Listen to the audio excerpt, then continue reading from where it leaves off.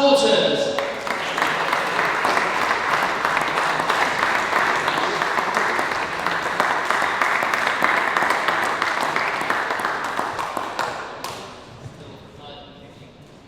And Alice's opponent is her namesake tonight.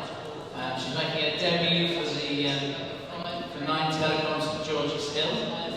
She's a former England junior international. She's making her way on the circuit. Last week she beat number 70 in the world. Ladies and gentlemen, Alison Thompson.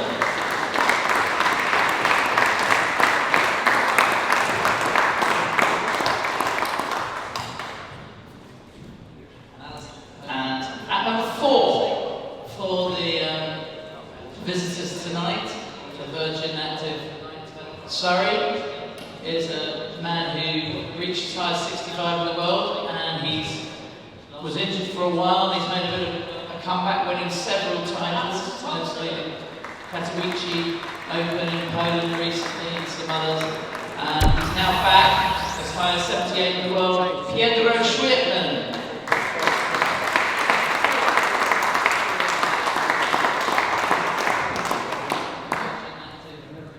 Sorry, we had some time. He's been down, make it up.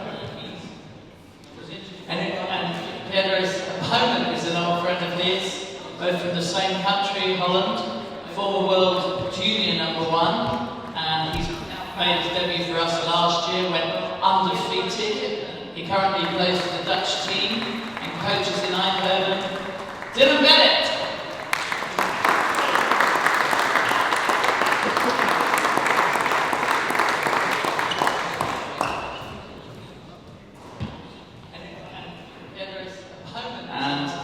Used to play for St George's Hill, and he's working his way up the world rankings. He's another former British junior champion and England international, playing for Virgin Active. Charles Sharps!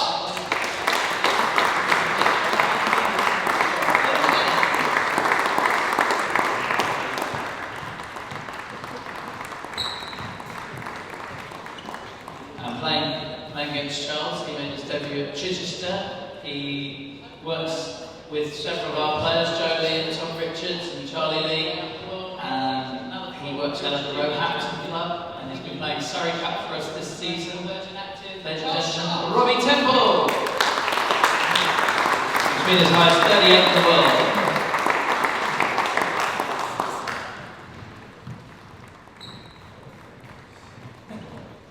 Playing against Charles, he made his debut. Young man working his way up the world rankings as well, domestics, and he's playing number 2, Virgin Active. Number 51 in the world, Ben Coleman.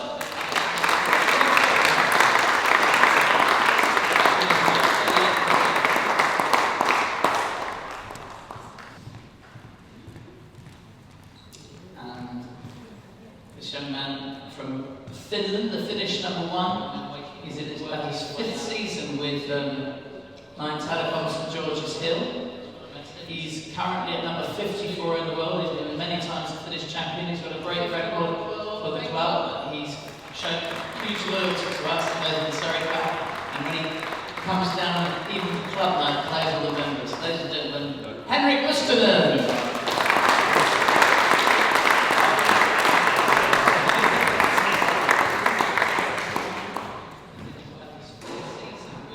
Number 1 for Virgin Active, the champions. He's a Frenchman who's really getting to the heights of his career now.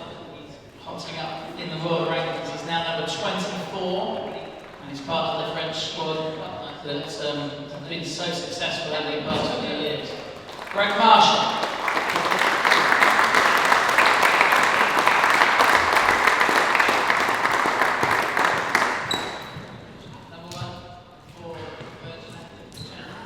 Greg's playing number 1, that'll be the final match of the evening. Really good. Former British junior champion, somebody who learned to squash here at St George's. World number 47, Joe Lee.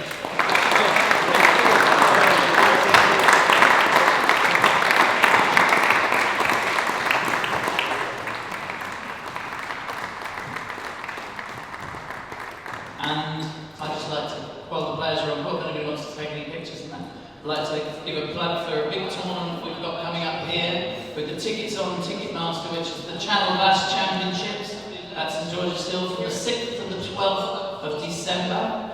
More about that later. Also, there's a book launch at Wimbledon Squash Club for 555, the book about Henrik Khan's invincible record during the 80s, and that's on Thursday night at Wimbledon Squash Club, where you can buy your signed copies, and there's a big question and answer session there. And once again, thanks to Mike Palmer from 9 Telecom for sponsoring our team this year. Without him, we'd be lost. So thank you very much. The referees today are Malcolm Whiteley and Charles Lefebvre, and on the glass court, Mary Scott Miller and Jill Wood. So have a great evening, everybody. Thank you.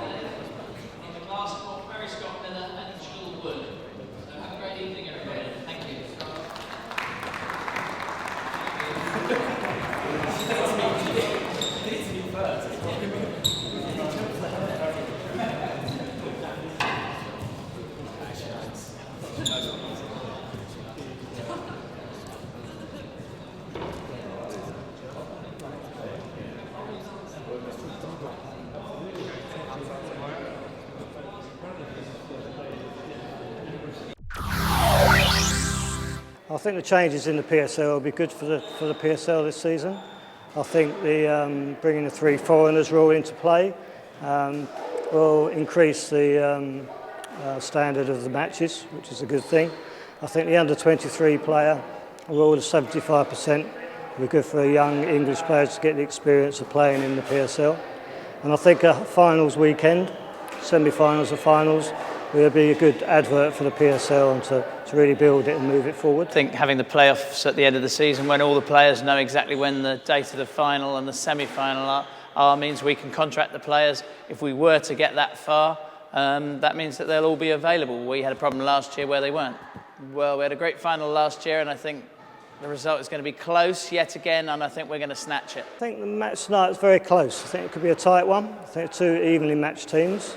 I think each tie could be very, very tight. So I think it could be a 3-2 either way. I think that the match at number 3 will be the stand-up fixture, which will be Charles and Robbie. I think the whole match could swing on that, and I think Robbie coaches Charles, so could be, or has certainly done some work with him. So I think that's going to be quite an interesting. I think Gregoire Marche against Jolie will be a good game, and I think the 2 Dutch guys will be good. So Pedro against Dylan will be a good match. So I'm looking forward to seeing those 2 matches. I think there's quite a few youngsters coming through playing in sort of north and south. I think George Parker's a good player for, I think it's Nottingham he plays for. I think he's a very good player, exciting player. I think our own Lyle Fuller's a good young player, so we're looking forward to seeing him play when he's available. So yeah, there's a lot of good, exciting young players coming through. 9 Telecom St George's who are coming through. Yatra Badel, who was the British Open Junior Champion. She's unfortunately been injured. And my own son, Charlie Lee's obviously an exciting prospect who played 1 for England last year. So that's 2 right here that you can look at and say, well, they're both exciting players.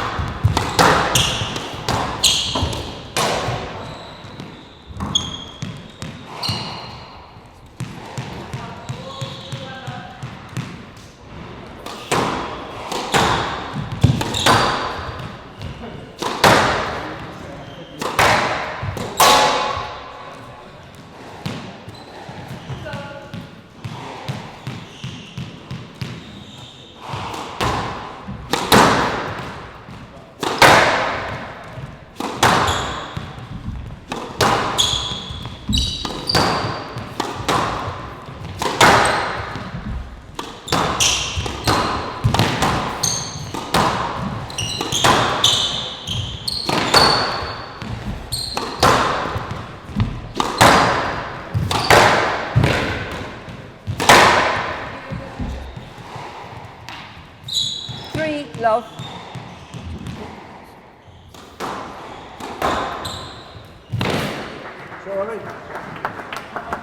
Hand out. 1, 3.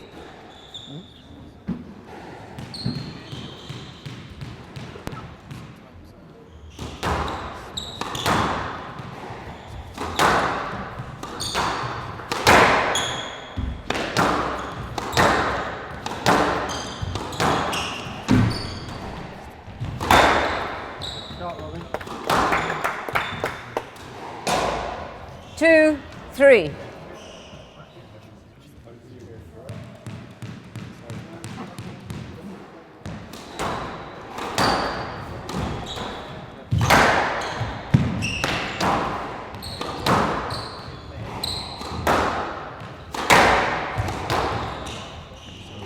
Stroke to sharps. Surrey. The stroke to Surrey. Hand out. 4, 2.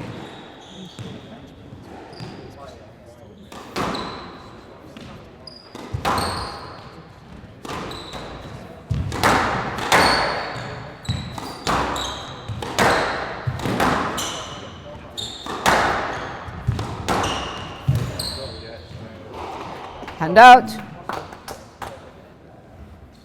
3, 4.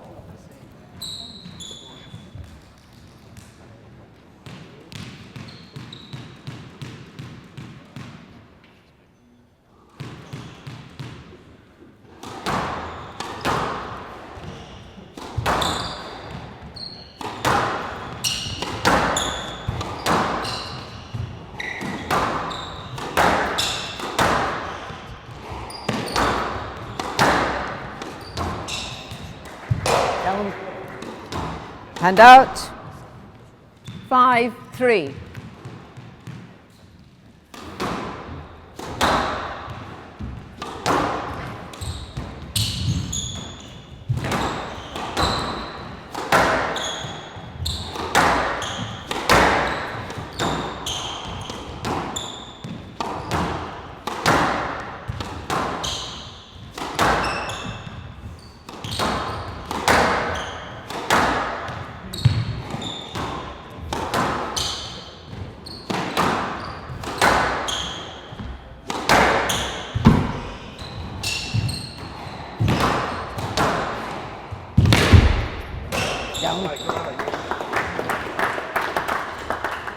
Hand out. 4, 5.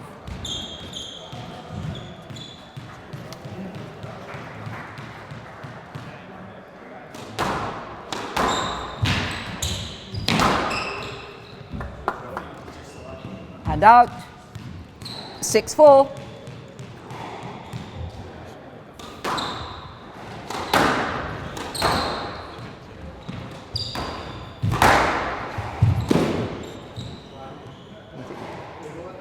Let, please.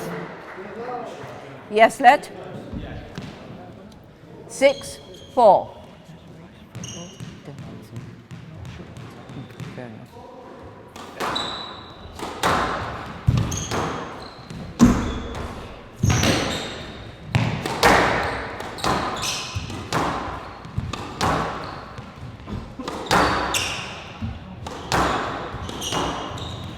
Yes, let. Yes, let. 6, 4. There's no way to play that ball.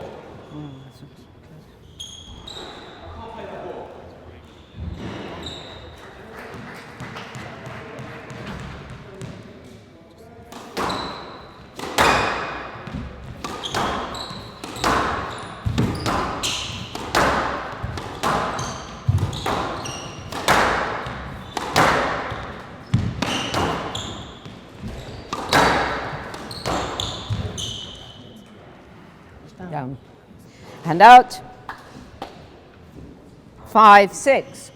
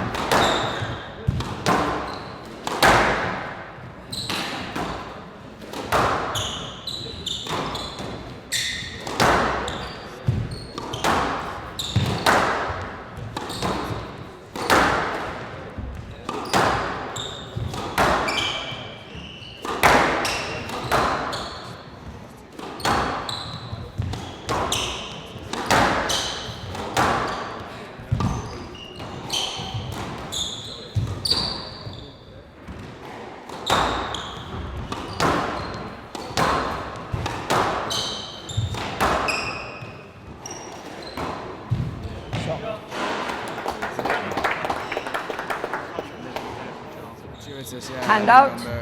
The doubles, the moving 7, side, there's a 5. slight gap in the front right corner. Yes, yeah, of course. This is a movable wall on this court, so as you say, we'll have that slightly bigger front neck.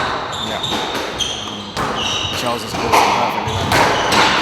I mean, do you think players know that and intentionally will try and aim for the one side over the other? Definitely not. Just, they might. Well, 6, 7. I personally wouldn't, but I'd focus on hitting it into the nick, whatever happens, or just where the ball should be, you know. But I think there's definitely a home court advantage. Although Charles is the away player, he knows the club well. It's an explosive rally you can hear behind us. There's a court for the other rubbers just behind us. You can probably hear. The ladies playing there at the moment.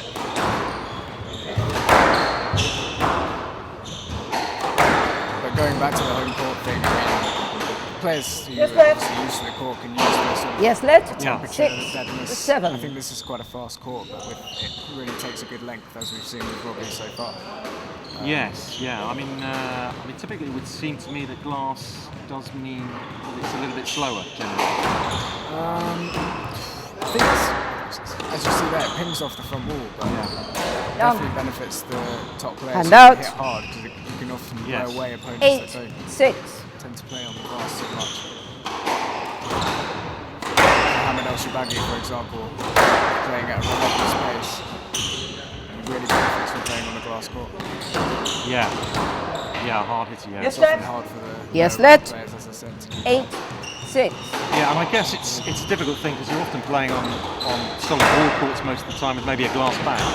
So it's another step up to the big league, as it were. Yeah, we're lucky here today, obviously. Hand out. Oh yeah. There's only 3 permanent ones in the country: Manchester, 7, Aberdeen, 8. and here. So lucky to be able to have the choice of practicing on it, especially with Tom and Joe playing here. They can prepare for the big tournaments.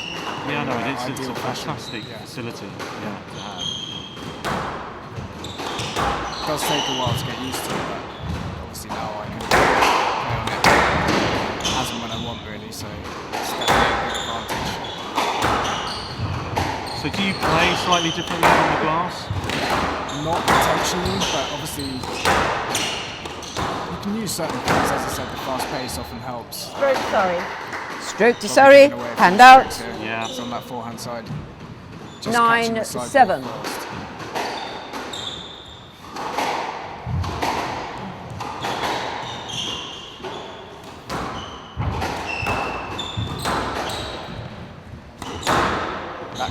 That could be as a result of the glass court. I mean, when the ball is coming so fast, it can come into the body a little quicker. So that's perhaps why he's catching the sideball, able to get his feet in the right position. Yeah, rushing a little bit, you think? Yeah, potentially. Could of course be a lot of other factors. It's a nice pick up there. Yeah, that's good work. A few boasts being thrown in. That'll be a lap. Or it should be.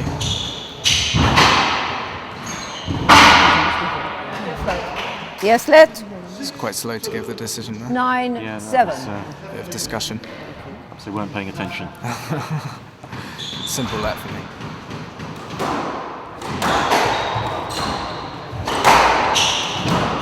Robbie's still within 2 points. Yeah, he's still there. Oh, and missed Nick chance. That is a very harsh decision. That bounced about 3 times before it got to Robbie. Yeah. He's hit that crack in the wall again. Yeah. Yes, let. Robbie's asking Left, for a no lap. left, That's extremely left honest. side. Wow, yeah, that is... Sorry, serving. Left side. Robbie wanting the no lap. I don't know how much he wants it. Left side. 9, 7. Yeah, you Just going to started play from a that lap. side. You started from that side, so it's even and though it's a Robbie left. Temple So it's offering 9, the no 7 lap, from the left. Going to play a lap here.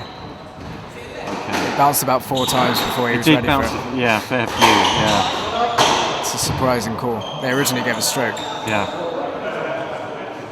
9, 7. Certainly not easy to ref for squash. Oh, well, we're back then. If in doubt, play a left, I guess. Yeah, and that is lovely. another Hello. example of punishing a poor serve. Lovely, lovely, lovely. Eight. Charles' serve just not 9. reaching the sideball. No, you're right. Yes, With his skill level, Robbie hitting a nice. getting a nice ripple of applause there from the crowd here. Yeah. That could be as good as it'll get in terms of applause.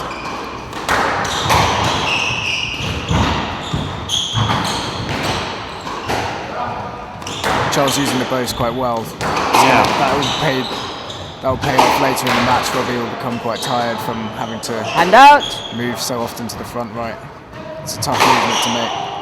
It's an unlucky miss there 10-8. from Robbie. Game Yeah, ball. tight ball. Yeah.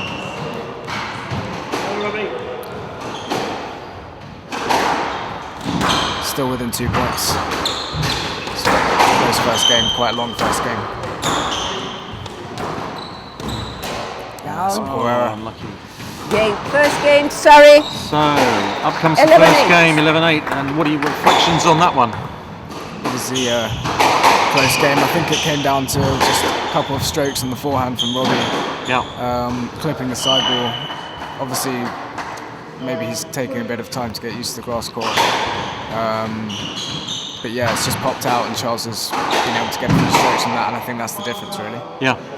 I mean, it's obviously at this level, it's always kind of minute differences. And as you say, I mean, we had a couple of fortuitous nicks or not, or bounces, whatever you want to put them, but the fine margins there. Charles being a full-time pro, obviously, and Robbie having retired,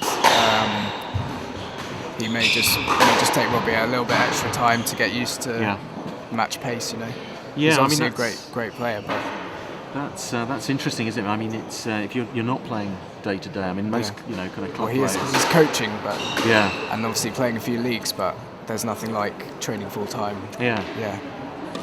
I mean, as saying as a club player, it's great. People talk about I play once, 2-3 times a week, but obviously as a pro, you're on there every day. Yeah, exactly. And it's 2 or 3 things you're doing, isn't it? It's kind of looking at racket skills as well as the actual physical fitness, and then obviously the game management.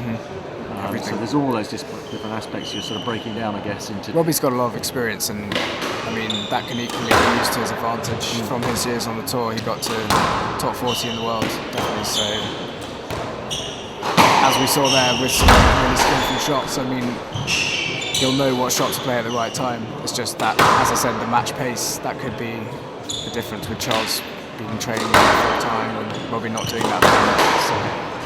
So how much do you think kind of experience counts against general fitness? I mean, if you're sort of putting one up against. Surrey lead, 1 game to love all. It's a tough question. I mean, if you're fit enough to play at top level, you're going to have a certain amount of Hand experience. out. So I think so. Yeah. 1 love. I guess to go hand in hand is what you're trying to get. Fitness gives you a lot of confidence. You might be able to outlast the experience on a few occasions. Lovely drop there from 2 Robbie. love. Yeah, great technique. Cutting it in. Putting a marker down early. Yeah, he's come out fast, perhaps with the team talk. New tactics. So does that? There's another help Yes, there? net. popping out to the middle. Yeah, let's see what happens here. Left Charles side. not happy with it. Left side. Perhaps he's become used to getting a stroke. Left side. So do you think you talked about the team talk? How much can that actually help a player? It depends what. Everyone has their own preferences. Some people like to be left alone. Some people just like a quick chat with a few pointers. I don't know. It depends who's talking to you. Obviously, it can be really, really effective if you're doing something blindingly Yes, obvious left. that you haven't noticed. Often, 2 love. I feel like I know what I'm doing wrong. It's just hard to put it into action. Yeah, There's someone telling you great drop there. 3 or 4 things which you need to change. 3 love. I quite like being told what I need to do better rather than what I've done wrong, especially with such a short time Yeah. in between games, and you're obviously not in the best frame of mind being so shattered from Yes. Hand out. Yeah. So working on the positive rather than exactly. from the Yeah. negative. 3. Unless obviously you're playing absolutely terribly and you need to be put in your place. I mean, obviously it's a different dynamic with the team because you're playing for other people.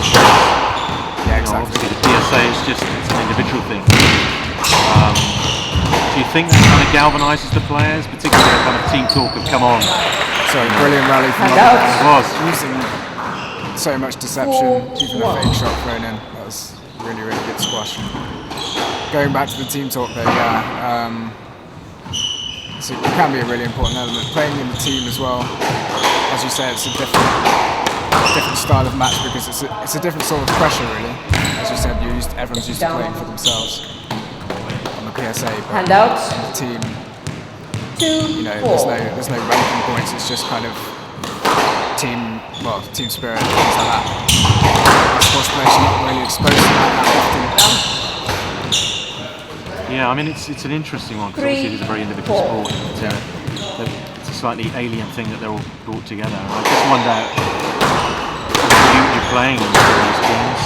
Is that fairly pervasive? That team spirit? Yeah, I mean from experience playing World Juniors this year with my England teammates, we had a really good. Obviously, we're all rivals for 90% of the year, but when you come together as a team, it's important. Everyone knows what they're playing for. We all had the same attitude. We had Luda and Chris Robertson. No lets. Kind of organising us and coaching us, so that obviously we all knew exactly what we were doing. I think you can end up bringing out an extra 10% especially when you're representing your country.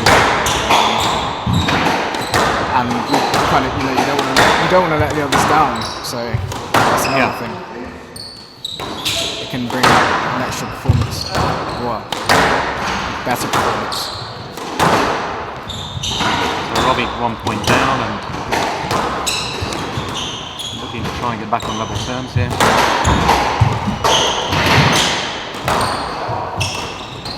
Joel's throwing in the bows very well. Using that quite effectively, isn't he? But And out. Robbie persevering. It was a good gap. He kept it very tight. 5. That's all he could have done, really. It was a good pick up in the end. Yeah.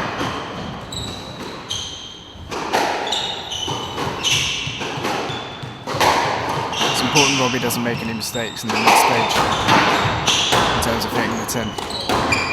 He's got to play a big rally here. It's a very big point. That's a good shot. Yes, let. It's a harsh decision. 5 all. Well, Danny earlier was saying, of course, that Robbie has coached and worked with Charles, so they do actually know each other fairly well. Yeah, Robbie runs squads for professionals in Roehampton, and Charles goes regularly, as does Tom Richards and my brother Joe. I go often, especially more now that I'm full time. So yeah, it's a really good environment to be in with so many top players. Real battle on the backhand at the moment. Yeah. It's a good angle. Oh, that's very lucky. Hand out. Again, that small difference there. Just as I was saying how important that point was. 6, 5. Comes out with a lucky nick. Yeah, Charles showing no shame there. Gladly taking it. They're having a bit of a discussion. 6, 5. Charles is keeping his nose in front. Just like he did in the last game, really. Yeah.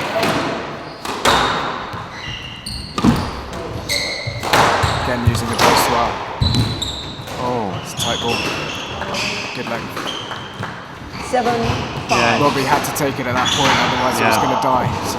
so Charles is using that boast to stretch Robbie out. Almost again, but a great pick up there from Robbie. Hand out. There's Really the had pace of the glass court, you see. Yeah. He really had to change direction there, didn't he? He was going one way, Whizzed but past him. managed to pull it back. The extra fizz from the front wall. Yeah. Almost punishing the poor serve. We haven't seen another serve down the middle yet.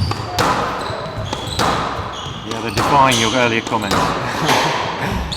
Who knows, we might still see some variety. The other option is, of course, the lob serve.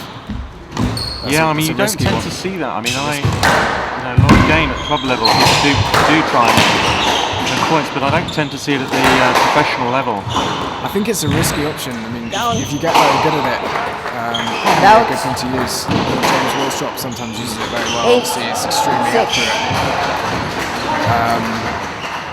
But it can be a good option, especially on a court like this where the lights are so bright. I know that's... Yeah. Well, that's another thing with the home court, but Charles has opened up a 2-point lead. Similar patterns to the last game, so I'm not sure about that. Oh, he dispatched that really well. Hand out. Misdirecting Charles there. 7-8. Well done, Robbie. Good. So he's called back to 7-8. It's an important rally, this. Big difference between 9-7 and 8 all, psychologically.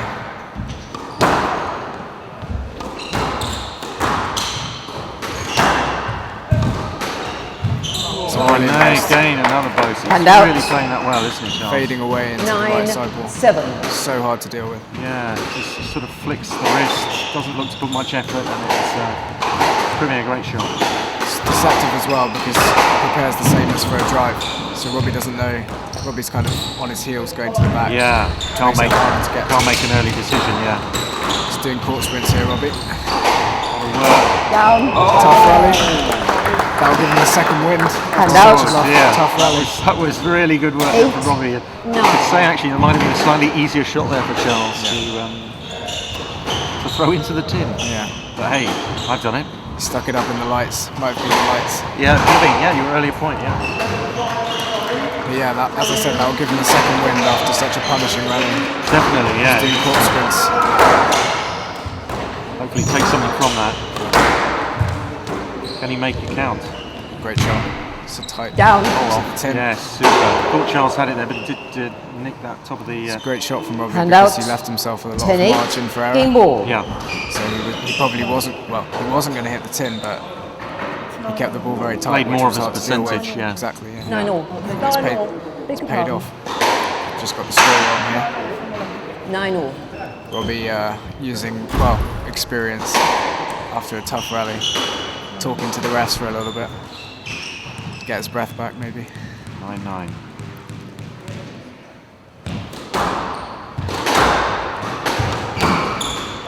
Danny was right. This is maybe the fixture of the Could prove decisive. Yeah.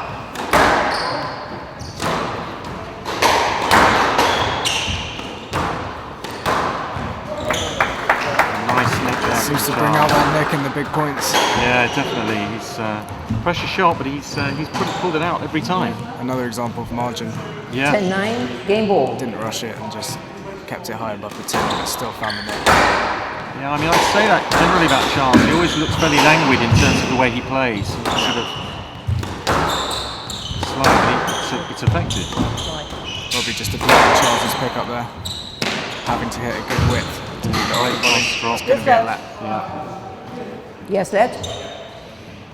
Probably good for Robbie there, maybe a breather. Yeah, Robbie just questioning 10-9, Charles's pick up. game I ball. think it was okay. Scraped it back.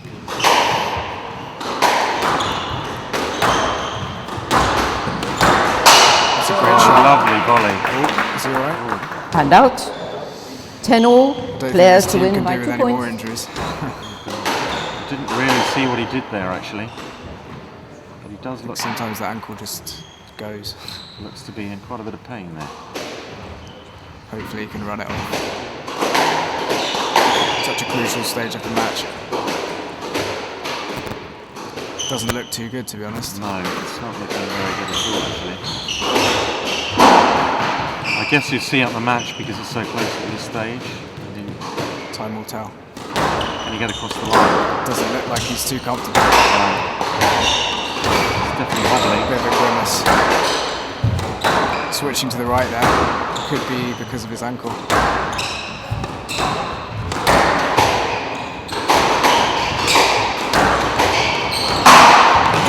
Good pickup. It's a great scrape. Charles really going for it. Yeah. Sense blood. Robbie seems to be moving slightly better now. So maybe he's running off. Perhaps. It's a great whip. Yeah, it was great whip. Hand out. Charles. See Robbie thinking he should have got that. 11-10. Always feels worse Game when ball. you lose a tough rally. Especially if the ankle's playing up. So Charles gets another game ball.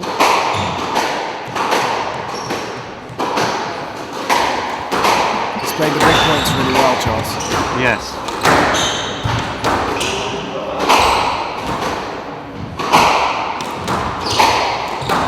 Good Subtle hold from Robbie.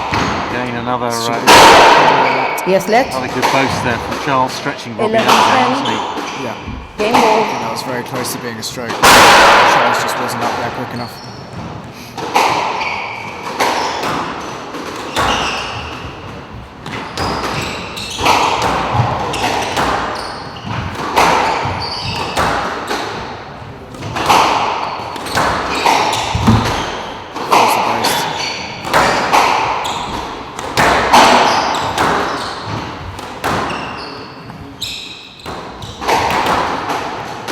Well to get that such a good width off a tight ball.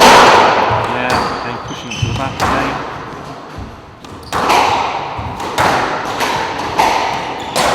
He's made the error. Hand out. Just as we were saying, he's playing the big points well. Yeah, His just, first error on a big 11-4. point, I would say. was pretty low down on the tin as well, actually. It was, Sometimes you feel inclined to go for something after a long rally. yeah. It wasn't a particularly fast rally, but Charles maybe just wanting to get a quick winner there, and it's not paid off. Yeah, forcing it too much. Yes, really. let. Yeah. 11-all. Sometimes it is hard to just keep going in those long rallies. Yeah. Setting yourself. I think that's what the top players are so good at. Really saying to themselves, "I'm not going to make an error here." But kind of discipline. Yeah, discipline, exactly. Yeah, again, as a club player, we've all been trying to end it really quickly. Yeah. Oh, that's a lovely great, shot. lovely shot from Gerald. Just turning it across his body. Yeah, again, out. effortless, really. 12-11. Always looks so Game ball. nonchalant. Yeah. A shot we haven't seen yet, so they'll be caught off guard.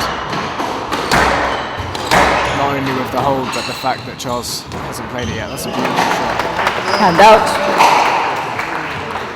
Unconventional. 12-all.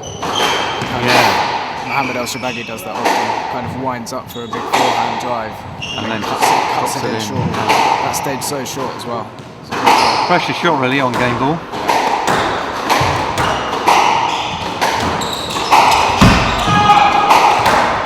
He's gone for the nick again.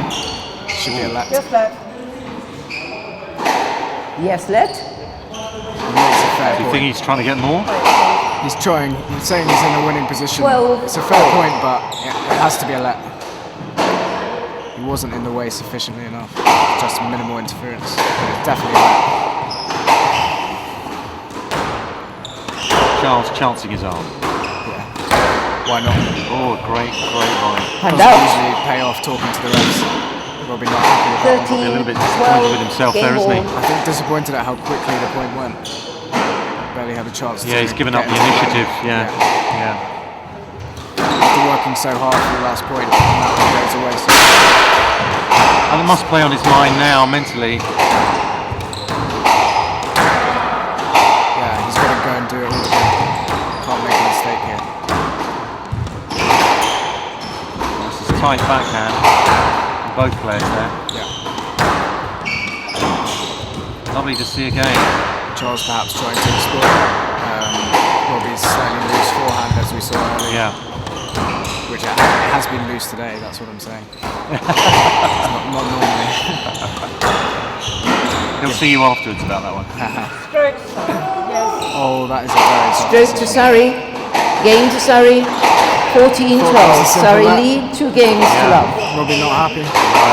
Understandably. He goes 2 down. Both tight games. I mean, I feel he can still. It's going to be a long way back from here, though. Yeah, but I mean, don't give up. Yep. And it looks like he's. I thought he was going to have to retire at one Should point have there. had it tighter to the wall. Yeah, Did look those like it ankle was. problems seem to have gone away a bit. Yeah, so hopefully that'll bear up for the rest of the match. Yeah. As long as he's got the adrenaline, I think he might feel it after the match, but he'll be feeling all right at the moment. Yeah. No. Yes, I'm sure he will do. So we're back. Sorry about that. Just technical couple of checks, but hopefully we're not boring you to death. Certainly the game isn't boring me. It's very exciting. Obviously, as I was saying, Robbie has a bit of a hill to climb. Yeah, it's going to be a long way back from here. Charles is on form. He's he's got the two-love cushion, which means he can probably play with a bit more freedom, whereas Robbie's going to be more restricted. Going to have to play very constructive squash. And there we see Charles. Great nick there from Charles. Just the freedom I was talking about. He's got that kind of cushion to go for those sorts of ambitious shots. When they pay off, it's a confidence boost. You think that you do see that quite a bit then? The players going to the two up. Well, I think so. When you're 2-love down, it's almost like you have to win every game from that point. As Charles knows, he can. Well, he's not going to want to lose a game, but he can afford to kind of play with a bit more attacking squash. He's got 2 love. I guess your tail's up, the confidence is up. Yeah, exactly. Especially with an early lead within the game, such as this. Yeah, I mean Robbie's 2 down already. Could see a flourish of shots here. Disguise there from Charles. Goes game for that nick, doesn't he? He loves that shot. Oh, but well played, Robbie. Hand out. It's like guess and hold from Charles there. Really 1, got onto that fairly quickly, didn't he? That pickup. Yeah. Quick to the front on that occasion. Yeah, he's a great striker of the ball, isn't he? He really does lash it. Yeah, he's got some great shots. Going for the next Again, yeah.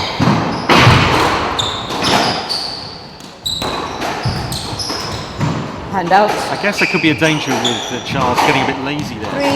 3, 1. Keep bashing out that particular shot. potentially, but he's very confident with it, so he should be. He's pretty high success rate. So. Turn has been good. He's hit the tin on it.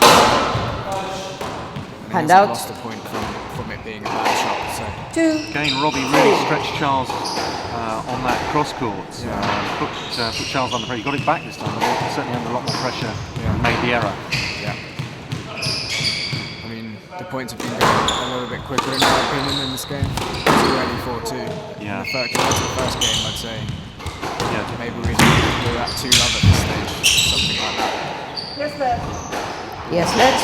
Quite a bit of congestion in that front right. Yeah. 3, Although I wonder actually if Charles could have stepped forward and actually taken it. I mean, Robbie would have been potentially out of place by the cross court. I think he was sufficiently knocked off guard to ask Yeah. for that. It would have been to his detriment to go and play the ball. Is he going to ask that? Is he asking? I'm not sure. Oh, yes. yes, let's. I think it's just about a let. Right He was side. sent the wrong way originally, but Yeah. I think he made it up and would have got it. Cross court Nick, not Robbie not very happy with that one. 2, 3, But I think players don't usually agree.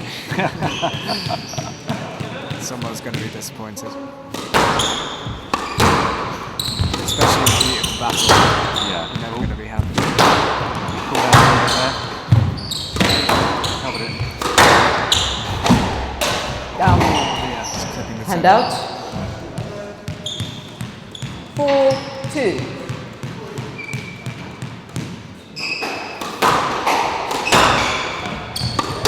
Yeah, I think we've got some. All right. Apologies there. Again, My got comment that is shot, now isn't he? invalid. Almost connected. Charles really going for it now. With all these attacking shots going up, it's going to be hard work for Robbie. stroke to Surrey. Slightly cheap stroke. He could have played the ball. Yeah. But if you don't have to, I Right guess, in swing. why would you? Right side. They seem to be encouraging Right at the top side. level, especially where 5, you 2. see players not going to the ball. Yeah. And that's as a sort of Yeah. deterrent to not playing the ball and, as we say, fishing for a decision. I'm not saying Charles wasn't fishing there, but as he sort of got the stroke, so So we're getting us through there. 2. Poor Robbie, really under the cosh. But yeah, no, it's interesting again. It's at the club level. One does feel that there's a certain amount of feeling. especially when there's no ref. Yeah. Well, in my days of playing club league matches, Hand out. I seem to remember there being a lot of lets because you, 3, as I said, no 6. one's ever happy with the decision. So Yes. you just have to agree on a let. And Yeah. it's always sort of taught to just play a let if you're not sure. Yeah, no, well, I guess it is the default position, really, if you don't think. Yeah. Going for it again. Oh, lovely drop there. It's not paid off this time. Yeah, I mean, Robbie's getting maybe wiser, as I was saying earlier. 6. Maybe Charles is being a bit lazy. Perhaps. He's got that cushion within the game and within the match, so he can afford to do that, but not too often.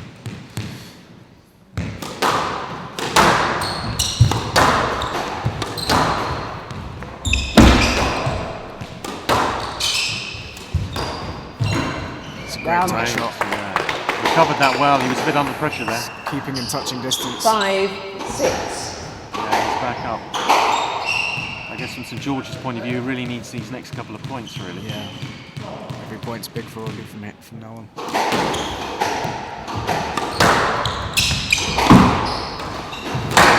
Some hard movement.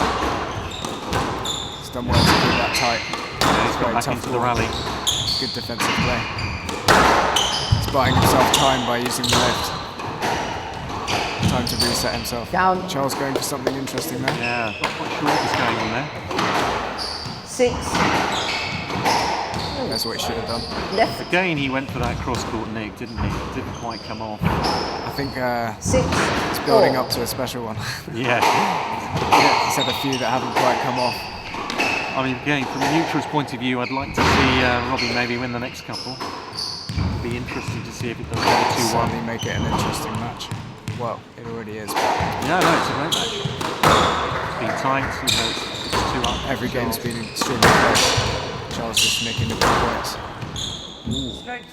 Robbie perhaps asking Strokes for the and decision Georges. on the basis that Charles did a few points ago. 7, Yeah. That's what he's saying 6. now. He wouldn't have asked if Charles didn't.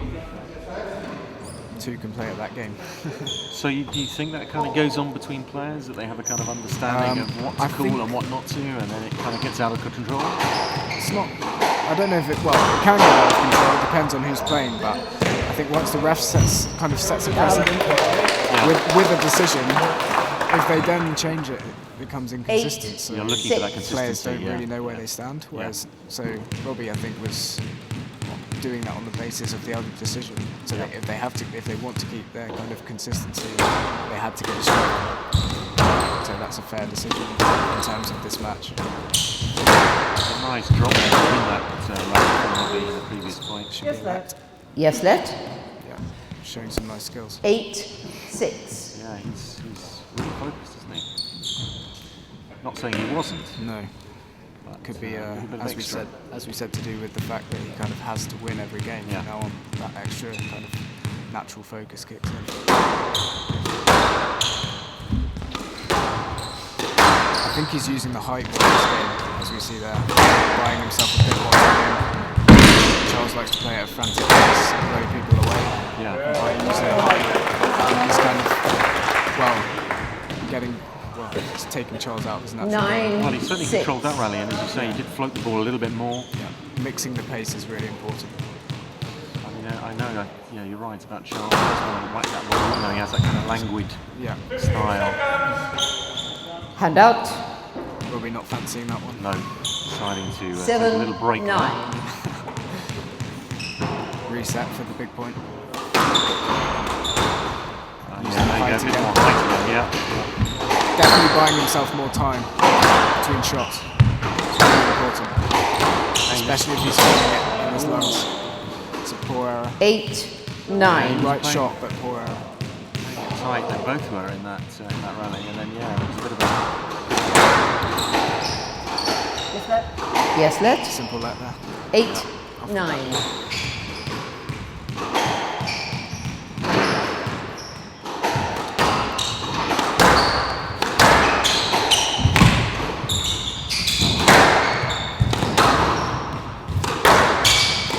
See Robbie's body language. He's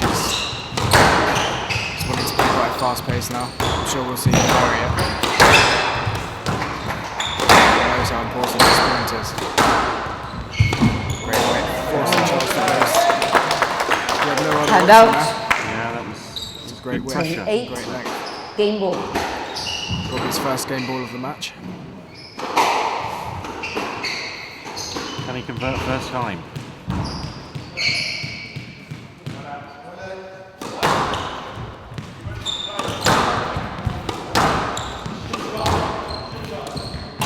Down. As we see, Hand out. as we said with Charles, potentially 9, going for the 10. quick winner. Game ball. When it comes off, it's nice, but when it doesn't, it puts a bit more pressure on you. He's going to go quick again. I wouldn't have thought so. But good for him. I've been wrong quite a few times, so Yes, let. There's a Yes, let let. simple let there. 9, 10. Game ball. This is going to be just going to put in a solid rally here. So both players trying to focus, I guess. Yeah, exactly. Too important. Wow. Trying to set it up with a good width and length like we see there. It's No going to be a let. let. Oh, that is a very No let. Charles Wilson is Oh, Game to St George's. I think that was a simple let, 11-9. just like the point before. But Surrey lead.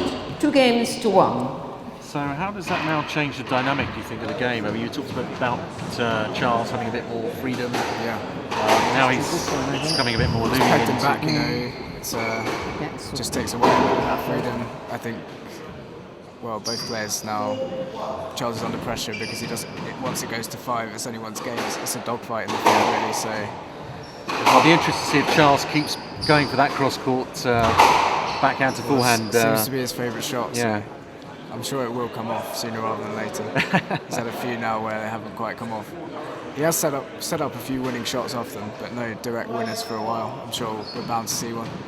So do you think Robbie's win in that game was down to the lofting of the ball? Definitely, the the time. change of pace. I mean, Charles was kind of getting certainly more comfortable playing at a really frantic pace, kind of getting onto everything quite early, moving Robbie around the court. But when Robbie controlled the pace, there's nothing you can do whilst the ball's moving slowly. And if it's put into the right areas, it makes it extremely hard to play against because it kind of takes out the fast element of the game. So yeah, definitely, and it brings in a more thoughtful kind of tactical game of squash.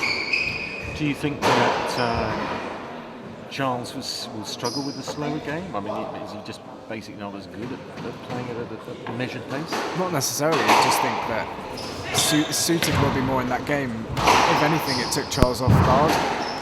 Kind of, as I said, he was getting comfortable playing at a fast pace, getting used to that. With Robbie not really varying it too much, and perhaps the team talk before that game, they just said mix the pace, use the height. Perhaps to exploit a weakness of Charles, I'm not sure, but perhaps the headband will make a difference. This is now sporting a white. Surrey lead. 2 games Get to his 1. head together. St George's to serve. can Love get all. extremely hot on that court. Yeah. Reality. I've been here a few times, and yeah, definitely. Especially I've with been the on there. crowd. Yeah. That creates a certain amount of humidity. Exactly. Yeah. It's extremely hot. That creates more moisture. It's a stroke. Stroke to St George's. 1 A few love. decisions on this left-hand side. Yeah. It's where most of the action is for the referees. Yeah. It's gone for it. It's gone on the other side now. Good win. And again, he's gone for that. Quite flamboyant round. Likes to play with a lot of flair. It's quite exciting to watch. Both players do, really. Yes. Hand out.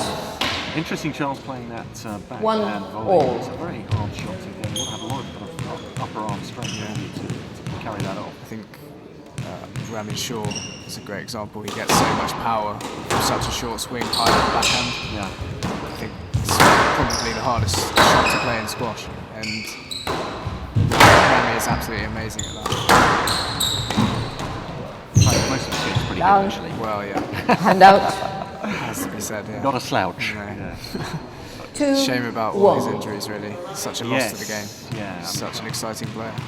It does rob the game slightly, doesn't it, when you can't. Such a shame. Yeah. If you want to see that match-up with El Shabaghi. Exactly. Yes, let. Yes, Been let. missing a few times through 2 injury, but 1.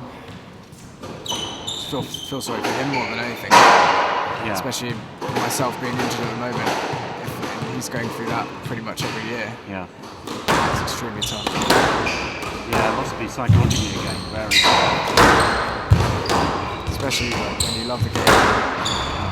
It's your livelihood. Yeah, definitely. Robbie being made to work hard. Staying in there. It's a great shot. Great. Very tight work. Down. Great. Hand out. Margin for error, and he kept it tight. Yeah. 2, And often paid 4. off. They're both doing really well though. Good pickups from both players. Yeah. I can but dream of. Practice makes perfect. So he's playing it a bit more flat now. Seems to be knocking quite so hard. Yeah. Often it takes a mistake, or it takes a rally 3, where you've kind of lost 2. your tactics to refocus. So recompose yourself. Yeah. He may have. Well, obviously, when you're in oxygen debt, you're focusing on the squash. It's hard to remember all the tactics. Robbie going back to Charles shot, especially. Yeah.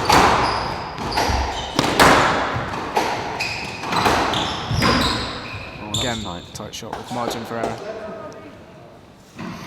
4, Yeah, nicely 2. angled into the sidewall there. And if you don't win the point off it, you can most likely set up a winner off it. Yeah. From a poor shot from them. It's so hard to defend against. I guess again, from a club player's point of view, he's lofting that one nicely. It's that, at club level, people tend to go on that shot rather than type of that percentage. Yeah.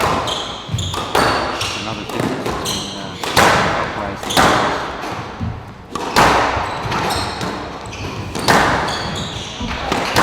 Much tighter in this rally. Charles in the switch.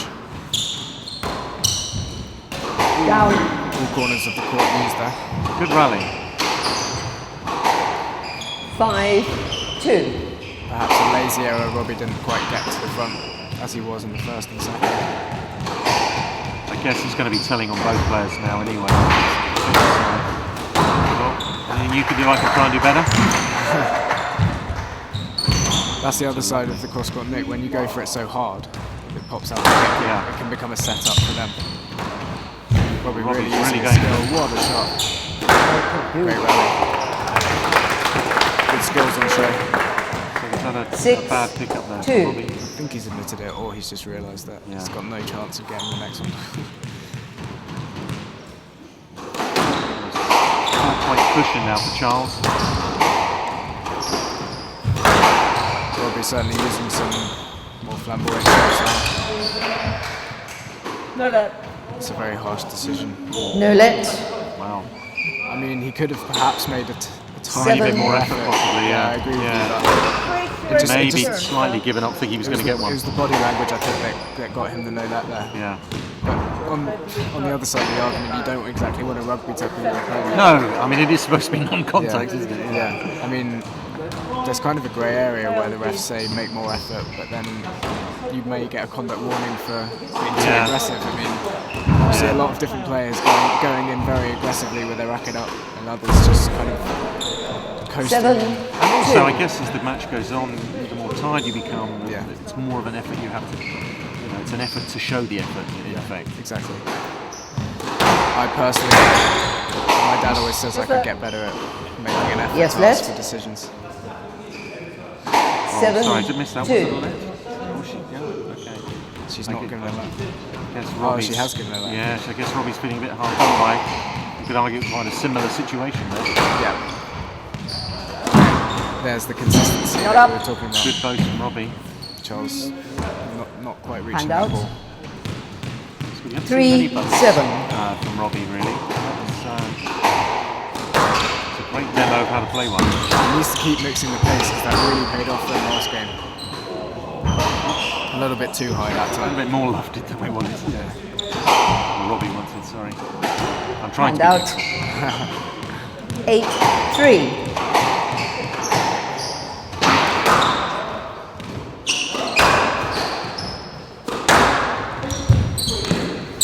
Good shot from Charles. Robbie's recovered that well. Great get from Charles. Managing to hit a good shot off a tight ball. Hand out. Do you think... Quite an ambitious shot there. yeah. came at him very quickly. Yeah, I It was more guess of a it slightly reactive caught him shot. out. Yeah, it was on his body, wasn't it, rather than wide of him. Yeah. Slightly caught him unawares.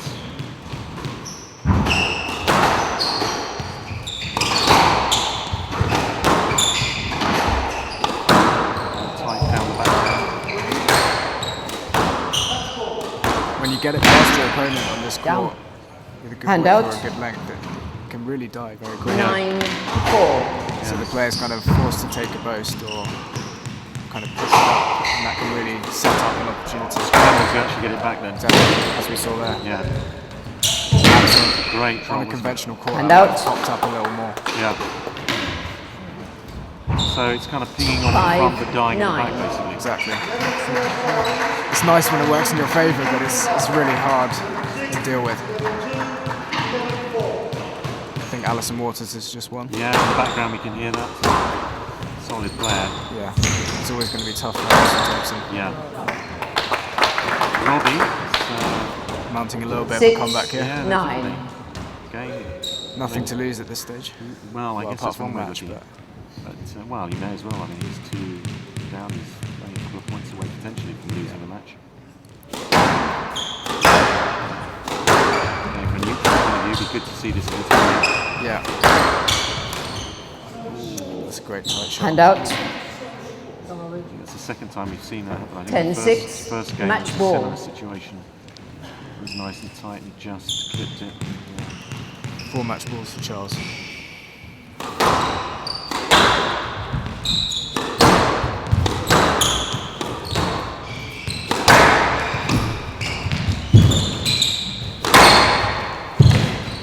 Great get. Struggling there. Charles certainly on top. Too much to break that off. Hand out. This is twice that's happened this game. 7-10. Robbie showing a lot Match of heart ball. there, keeping it going. Yeah. I think when your match point's down, you can really loosen up. You saw Mohamed El Shabaghi in the World Championship final in 2014. I think he was 10-5 and he just started hitting balls out of everything. As I said, it's a cliche, but nothing to lose.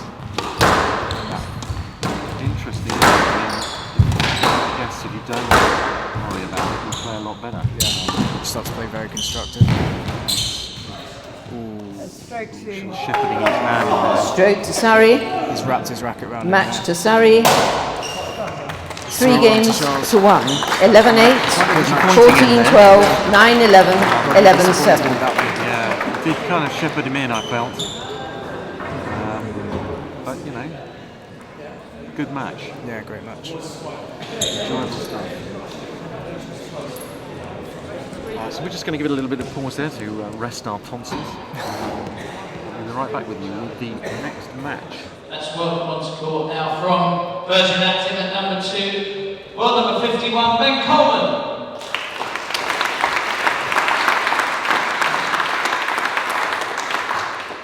And at number 2 for 9 Telecoms St George's Hill, the Flying Finn, Henrik Mustonen.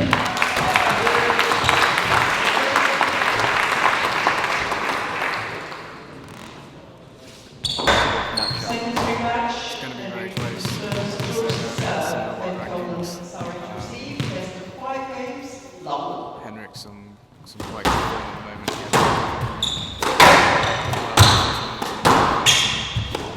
Well, he reached the last 32 championships. Yeah, great result for him there. Yeah. Interesting matchup.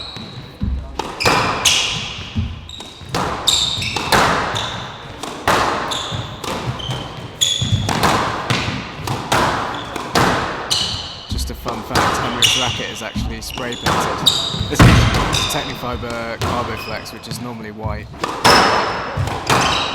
He spray painted it. Oh. Got a bit bored. Oh, well, it's nothing to do with makes it play better, go faster, strike. Potentially. Maybe he just likes the look. Maybe he's an aspiring tagger. He's also wearing 2 different shoes, I don't know if you've noticed. One old print shoe, one newer print shoe. Oh, I'll great. ask him about that later. Great width there from Ben. Yeah, it's a bit odd, isn't it? Has he got one foot stupidly bigger than the other? Who knows?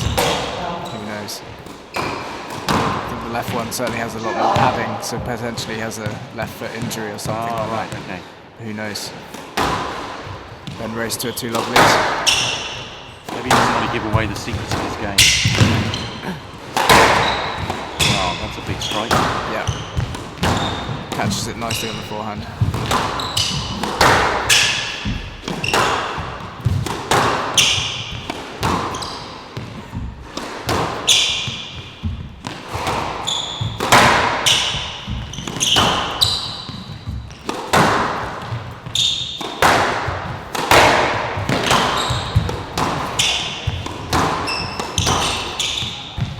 Blistering grey stuff, this.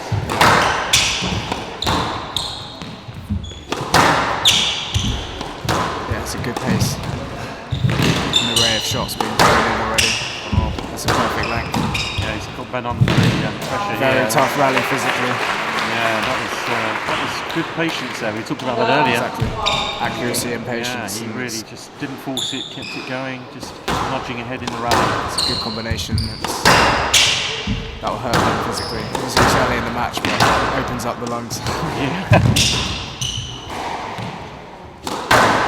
He's very good at making room for himself, isn't he, Henrik? Yeah. Just spot it on the way, just right it right round. It's a perfect length. Some good accuracy from Henrik. Yeah, he's aggressive hitting to the back.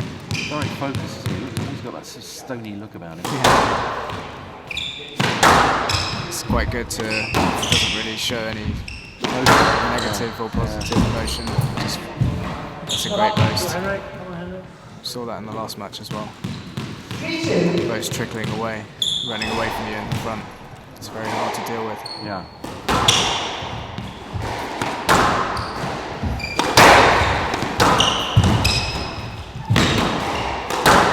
Bit of a carry from Ben. Honestly, conceded. Interestingly, Henrik doesn't really step out of the service box when he serves. He serves quite close to the sideball. Just something I've noticed there. Do you think that makes a difference to him or not? Not too much in it. I mean, because by the time Ben's hit the ball, he's on the tee. But you see most players trying to get to the tee as quickly as possible by stepping to the tee, like we saw with Ben there. Yes, left. It's a very quick attack from Henrik. Yeah, it was a nice shot, wasn't it? Trying to catch Ben out unawares. Yeah. To it. Hits a very nice ball. It's another teasing boast. Yeah, just nicely took the pace off it. Ben not happy with himself.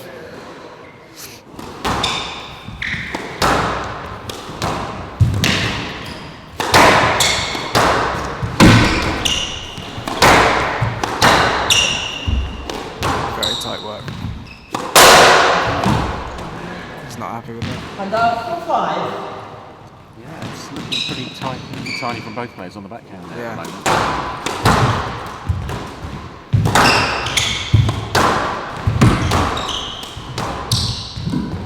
It's extremely tight. Big help.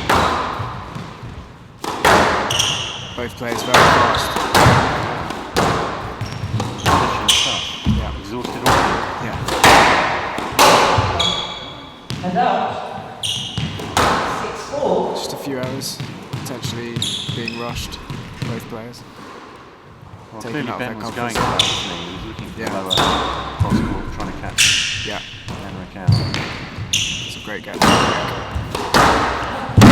That's a brilliant exposed length. himself there, didn't he?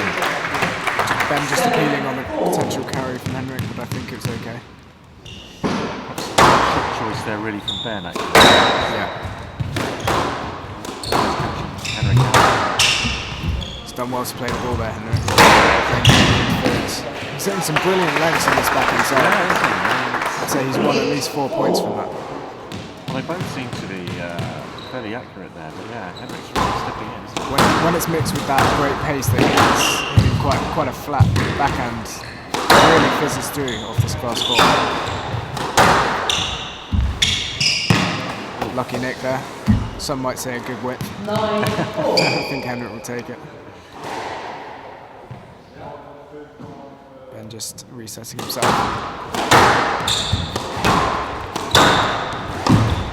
It's a great burst. He's not enjoying those bows to the front. And they kind of come from nowhere, really, because it's a punishment. So talking about in the last match, that break up of pace. And from 5-4, Henrik's race to the game. That was pretty clinical, I have to say. Yeah, very clinical. Well, Ben a little bit rattled there with the... I'm not sure what the argument's about. No, and I guess not really probably very good for you to kind of start getting upset. Probably want to stay in the ref's good books for as long as you can. Well, I just think, just personally for yourself, if you're kind of getting wound up by, you know... I mean, it's quite good for some players. Some players just really relish it and kind of feed off anger and aggression, but yeah, definitely to some players' detriment. I guess you're right. I mean, it does depend on your temperament. Yeah, exactly. Maybe it does. We'll see Ben coming out of the blocks a bit more ruthless in the next game. I think he'll feel he's made a bit of a slow start there, being caught out by a few boasts. Although I thought that those opening exchanges in the first four rallies or so, they looked fairly evenly matched and they looked both fairly crisp. Yeah, it's back on very quickly, we see. Maybe trying to get used to the court a bit more. He had a hit earlier, I saw. So. Yeah, he was playing. Well, I saw him warming up with Charles. Yeah. Again, no real emotion. I guess Henrik just lets his clothes do the talking. Headband, racket, shoes. Odd shoes. Yeah. And the bam of his bat. Yeah. Spray painted racket doing the talking at the moment. That's right. Yeah. He actually, funnily enough, in his home country, Finland, he says there's not many people to play at his club, so he plays members with a frying pan. Oh, really? Yeah, it's quite interesting. While cooking an omelette, maybe? Yeah, potentially. But yeah, his training is, with not many people to play. I suppose he's got, maybe trains with Olli Tuominen quite a bit, the other Finnish top 100 player. I mean, is Finland a kind of strong heritage to it at all? I've heard of many. They've got some good juniors, really, in my age group. So is it a new sport there that's sort of thriving or not? I'm not really sure. I mean, you could argue they've got the right climate just as we have to the game, really. You know, indoor cold sport. winters. Yeah. They love their saunas as well. So it's an indoor. Yeah. It's fairly dark there in the winter, isn't it? I mean, you know. When I went to Ukraine for a tournament, it was actually extremely popular there for the exact same reason. It's freezing cold outside in the winter and it gets dark extremely early, so having an indoor sport with lights, I guess you can play at any time, really. That's an advantage. This is why I kind of can't quite work out why it's not more popular here. Yeah, it's exactly. It's perfect, the climate. Great shot from Henrik. And also, you know, people are now, you know, time poor, generally. Yeah, exactly. Without a game in 40 minutes. Well, it was extremely popular in the 80s, I think. Yeah, it was. From what I gather. Yeah, I was around then. I was not. There were, from what I gather, there were courts at people's workplaces, and they would play sort of. Yeah, certainly in London. Hours, definitely. I mean. Probably all being converted these days to offices. Yeah, a lot have. I mean, there was some at a brokerage called Shepherd's at London Bridge that now is a couple of Coffins, a fitness first. Yeah. And they've survived, but yeah, it was part of the work environment. And you work there, you'd go at lunchtime and play stuff. Ben really setting his stall out this game. Yeah, that was a great. Trying to play his way into the match. Great pressure drop. Just putting in some longer rallies.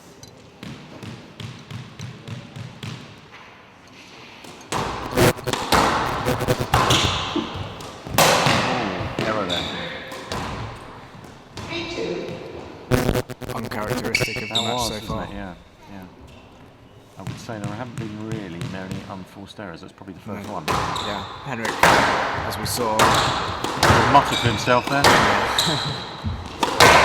Most of his attacking shots came off in the last game, especially towards the business end of the game. I really like watching him on the backhand. It was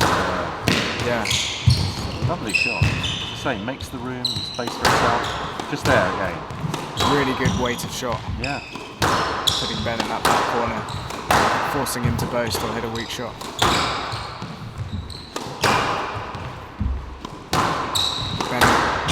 dealing with it a bit better this game and not giving such opportunities to make space. Bit of interference there. He's played through it again, which is good. Yeah. It's a great rally. It's an awesome rally. Another great backhand. Oh, that was just wonderful. What a finish. Superb rally, superb end shot there. I mean, there were a couple of... I don't think Ben did much wrong there. That was just a really great shot. Yeah, really good shot. But both players had their chances in that rally. That was more of a half chance, wasn't it? Yeah. He just made something out of nothing. I think that was probably the rally of the whole time. So far. Yeah. A lot of squash still to be played. Yes, I speak prematurely. Oh, lovely. Ooh. Just pushing it in with topspin. Yeah. Although Henrik almost did get that. It was a good attempt. Yeah. Ben working him high and low there. He's opening himself there as well, wasn't he? Bouncing the ball, taking a bit of slack. Henrik coming out with a high pace this rally. A few more errors this game. Yeah, again, slightly unforced that one, I thought. I think that's as a result of Ben upping his game upping slightly. the tempo, yeah.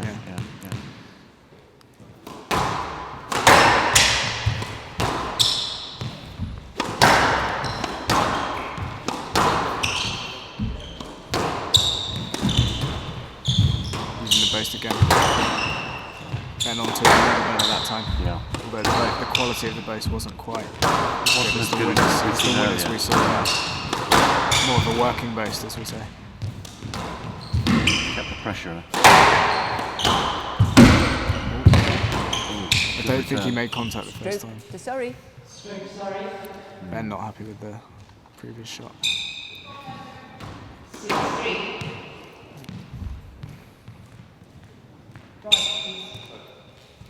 So did you agree with that one, that decision? Yeah, I think so. Yeah. Loose shot in the middle. Ben couldn't have played it. He did make an attempt to get out of the way, didn't he, Henrik? Yeah. It's another one. Surrey. Very quick to give that decision. That was a quick... Yeah. Normally when the players turn on the ball from backhand to forehand, you see a lap. Yeah, sorry. A rare word there from Henrik. Uncharacteristic. It's a great tight shot. I guess that's the way to really answer. Low above the turn and tight against the wall. Can't ask for much more. Yeah, he's been looking pretty solid on the backhand. I'll put my hand down. What was Ben? Okay. Not quite sure what you were saying there. About his hand. Or maybe he'd left to sweat on the court because he was dusting his feet. Ah, yeah. Just justifying. Yeah. It wasn't time wasted. I don't know why both players are ready yet, so yeah. They won't be really too tired at this stage. As you have to be a good squash player. Well, yeah. They run a lot of kilometres. Yeah. And at a sort of sprint, pretty much. Yeah. Jogging sprint. And scraping the boost back there. Yeah. Henrik not quite capitalising as he did. Does play every ball, Henrik. Yeah. So good. Yeah, he's not keen on taking the lead, is he? No. Oh, that's another error on the back end. He's normally been picking those up pretty well, hasn't he? Or putting those away, should I say. Again, Ben composing himself.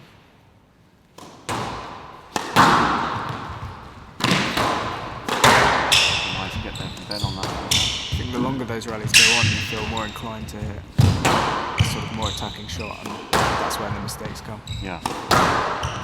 Yeah, I guess it is. Mix that in with a bit of oxygen there. Yeah, I guess it is. It's a fantastic length. Yeah, it's a lovely length. Onto that ball so quickly. Punches it through. Yeah, I think Ben really constructed that rally pretty well. Yeah. He was in charge most of the time. Yeah. Forced the weak boost and got onto it quickly. Yeah. Almost anticipated. well, he left Henrik with very little options.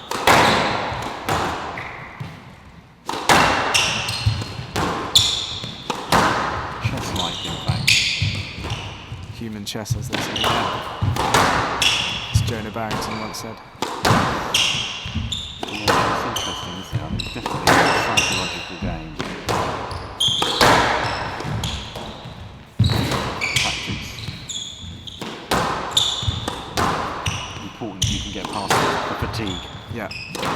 It's maintaining those tactics. Yeah, I guess it's absolutely what I'm shattered. Yeah. Yeah, trying to say. That's the hard bit. Oh, great. Mixed in with trying to keep Yes, the sir. technique. That's the first let he's asked for. Yeah, that was Pretty I mean, fair he was enough. stretching Left side. that backhand. He got it back. Yeah. It was nice and tight. Just a bit of interference there. So definitely Ben has got the upper hand here at the moment in terms of the points. And looking very much more focused, I feel. Yeah. Less inclined to get chatty with the left. Almost a complete role reversal of the first game. Yes, yeah, in a way. And out by 5. Fairly tight in the early stages. Forced it there a little bit, I feel. Make that error. He's got that cushion though, he can afford to. Yes. Obviously he won't want to ideally, but Yeah, gains. he might be inclined to go for those quick wins. Yeah. She's saying Charles in the other game, it's, I guess, a bit more relaxed. You can have a Exactly. go. Yeah. It's a great shot. Oh, that's lovely. It's the second one he's done. When they come off, they're brilliant, but He has to put a cut couple out those down, errors, hasn't he? yeah. Yeah. and that's probably been the difference this game.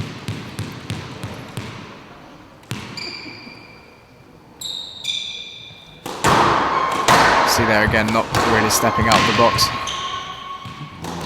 Dubious pickup. It's not going to be a shot. let. Yes, let. It's gone the complete. Well, I think he's gone the wrong way there. I have to say, I probably would have given him the benefit of the doubt, but what do I know? He's a very fast player. So. Yeah, he is, isn't he? He deceptively, so it doesn't look like he's going to be.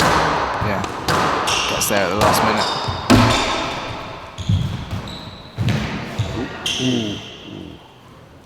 Going the wrong way, but And out 10-6. Bit of a stare there.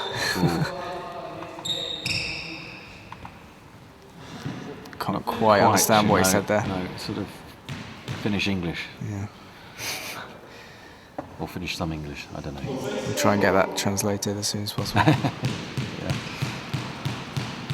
So Ben to try and even things up. He likes Yeah. that top spin. Yeah, Yes. you don't get Yeah, those. lovely. Kept that very short. Bounced twice before Henrik could react. Well, I mean, it's intriguingly poised. I mean, it's definitely two different games, really. And I mean, you know, obviously two different games, but I mean, two different. A role reversal. Yeah, exactly. Yeah. You expressed it far more eloquently than I did. Well, it's a close match, but the score lines in each game aren't particularly. Well, it's not exactly very close in the games. No, that's what I'm trying to say. It's been one-sided in terms of the scoreline both times. But Yeah. having said that, I think the games have been pretty tight from both players. Yeah. I mean, there've been a few.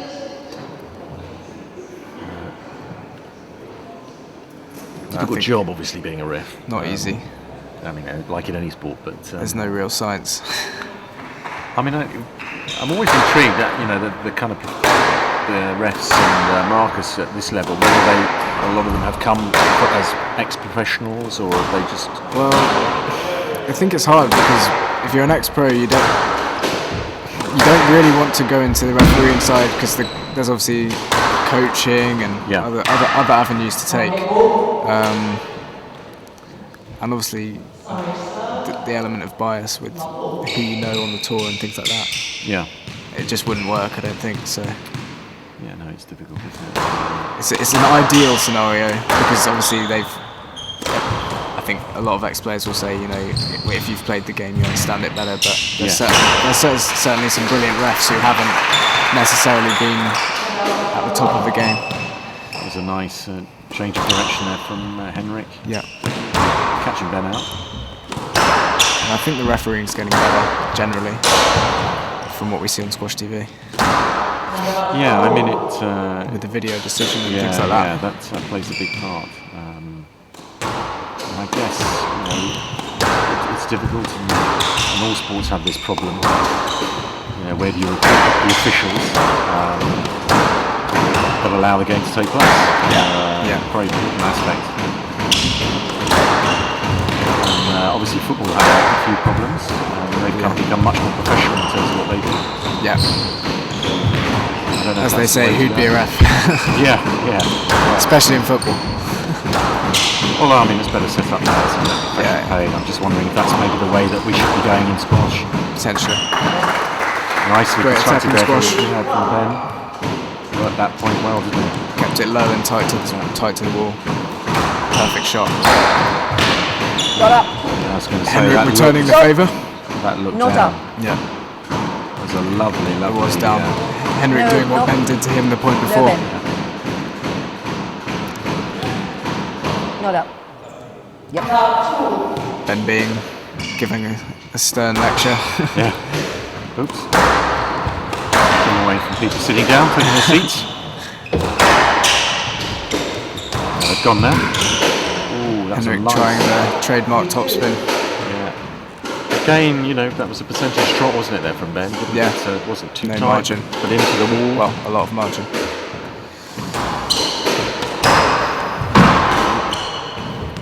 I think I have to say a lot of points are being won from tight shots. That's a brilliant shot. What a shot. Opened his body up, improvised shot I into the know, neck. on the spin, just fantastic. Great hands. Just before that I was saying how a lot of points are being won from tight shots, unreturnable. And that just shows the quality of the hitting. Yeah, it's lovely to see. Ooh. Ben making an error there. Not happy with that one. Didn't seem to be under that much pressure, really, was he? Serve down the middle. Yeah. For the first time since we mentioned it. Yeah. Oh. Great hold and flick. I mean, I guess that's how a lot of kind of club players could really improve is about holding the ball. Yeah. And not rushing to the two. I mean, it's a bit of a.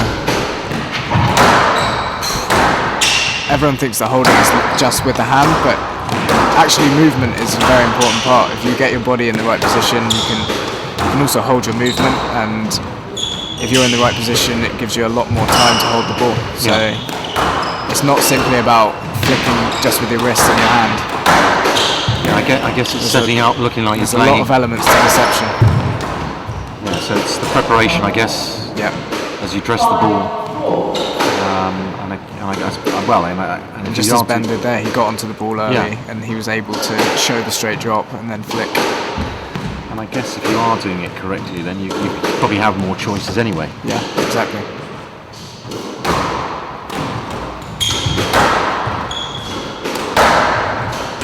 Henrik going for the neck. Yeah, it was, isn't he? Very close. Still a good pace to the match, isn't there? It's a great pace and hasn't eased off at all, really. Pretty evenly matched, I'd say. Oh, nice pick up. Great movement.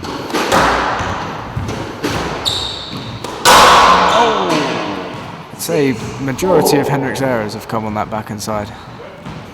Yeah, I just didn't look like he'd given himself quite room. I was waxing lyrical about him earlier about making space, but he didn't really do that there. In fairness, though, in saying that, most of his winners have come there as well. Yes, so he's obviously very attacking. That's going to be. The referee sounded surprised. Yes, it is a let. Even if I say so myself. I thought there was room potentially for a stroke there, but maybe that's why the turn of phrase from the referee. No, you're not going to have a stroke. You can have a lead. It's a great post. Tough movement to make. Groan from Ben, showing how hard the rally is. It's being put to all corners of the court. Back on level turn. Another post. He's very good at that straightening up off the right leg. It's a tough skill. Often players can give away a stroke from coming in off the right leg and hitting the crack in the wall, but Ben's been really good at straightening the ball up. Yeah, and he again gave himself a bit of time and space there for that winner. Yeah. He set it up well. Too many errors from Henrik now. There are, yeah. It's going in a bit cheaply. He needs to put in a long rally. Well, I mean, you know, Ben is keeping it as he should do, isn't he? He's keeping that pressure on. I mean, it's nice when those attacking shots come off, but if they're not coming off, you've got to step back and have a put in a hard rally. Yeah. Just as it looks like he's doing now, I think. I think he said to himself, no errors this time. Well, yeah, I mean, he's only three rallies away. And that was the perfect rally, really. Yeah. Set it up with a shot with margin and punished him with a shot to the back. Again, looking really strong on the backhand when he steps forward, isn't he? Yeah, definitely a strength for him.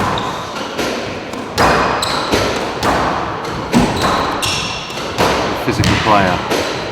It's nicely conceded from Ben. Yeah, that's very sportsmanlike. Another backhand winner. I mean, do you generally see good sportsmanship on the tour? Yeah, I think so. There's been a few quick error from Ben there. Yeah, it was very cheap. I think both players are guilty of losing points in quick succession today. Yeah. Both winning points in quick succession, but equally making a few mistakes on the bounce.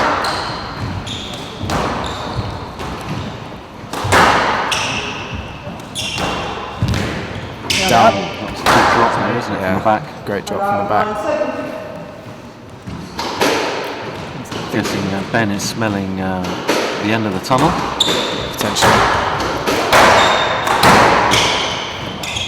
Yes, Led. I think he cleared there, but just on safety basis. Yeah. I guess it's really difficult to know, isn't it, when you come around the court that much? Yeah. Where the other guy is. It's much better than drilling them in the leg, which is extremely painful. Yes, I actually did that to somebody last night, I have to confess. Yes, Led. The annoying. It's the opening point as well of the match. Adds insult to injury, literally, that they get the point as well if it's heading to the front wall. No, I was happy to take it. I've always wondered about that rule. If you drill someone in the leg, you get the point. I think the second time you get a conduct stroke against you. But well, actually, the guy who played it was a Middlesex match. Right. With a rather large chap.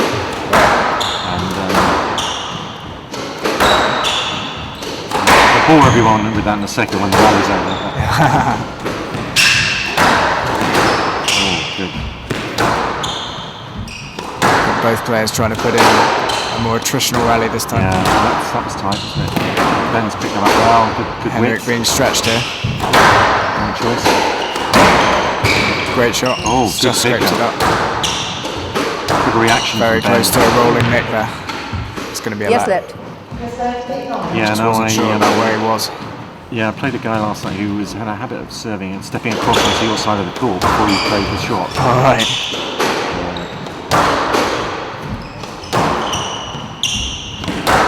Not ideal. No. I did really thump him. Crucial error from Ben. Yeah, that was, wasn't it? Yeah. Nothing between them, as PJ says on Squash TV. So Henrik's 1-4 to Ben's 1 point now. So Henrik's come from 7-9 down to 10-9. I mean, this must be psychologically a real plus for Henrik. Yeah, second win after some tough rallies. There's that topspin drop. He likes to spin it into the sideboard. Right. Is that quite difficult to do? It is.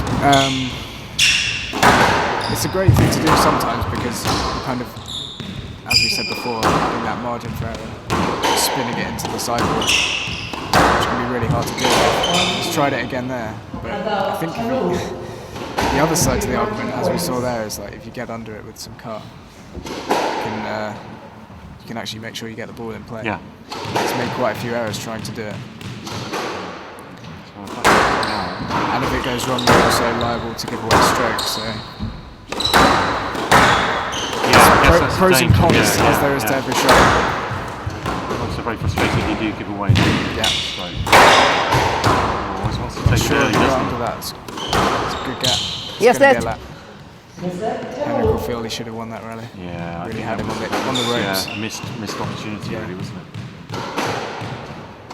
sort of gave the ball back to Ben. I think, yeah, sometimes when you get the opportunity, it's an untimely error. Yeah, well, again, it's like it seems to be a backhand, it seems to be a winner or an error. Nothing in between. Yeah. So Ben, a chance to go into the lead. I think when you've set yourself, when you've worked a tough rally into an opportunity to win the point, and sometimes it's quite easy to get overexcited and end up kind of hacking at the ball. A lot of errors flying in here. Yeah, there are now. I mean, I guess just the point you just errors. made. I guess the point you just made. Exactly. People are getting a little bit head rush. Yeah. It certainly happens at club level a lot. Great use of height from buying himself time to get back to the tee. It's a good tactic. Really important rally. I wonder if we'll see an error. Yes, left. 11 all.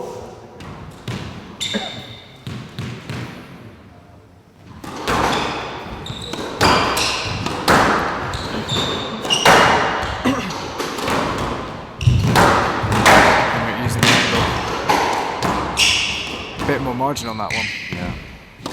Finally something in between the error and the winner. Yeah. But I guess at 11 you would hope he'll do that. We think so, but from the evidence of the last few points, not so sure. It's a high burst. So he's given Henrik on his favourite shot, backhand drive. But he's kept him there and he's getting it up. Yeah, exactly.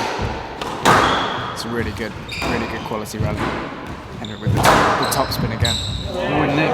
Perfect width. Had to be really in that rally then. Something special to separate the players. Yeah, exactly. Perfect width from Ben. Can't deal with that. And in some ways he was probably under the cosh a little bit more than Henrik was in that rally. I think Henrik was just about on top in that rally. Yeah. So he's ended up losing it. Psychologically again, a bit of a plus. Exactly. Going for a quick one there. From a biased point of view, I just hope this doesn't end from an error from Henrik. He's played the ball there, which is good. Slightly loose from Ben. Could have stopped it, couldn't he? On the left. Again. Does pay off eventually with the refs. Oh, good catch. That one he didn't fancy. No, I'm not sure really he could. I mean, he was already running back from a big stretch before, that was wasn't fair he? enough. There was slightly more interference than the times before. Yeah. Game ball to Ben. For a crucial 2-1 lead.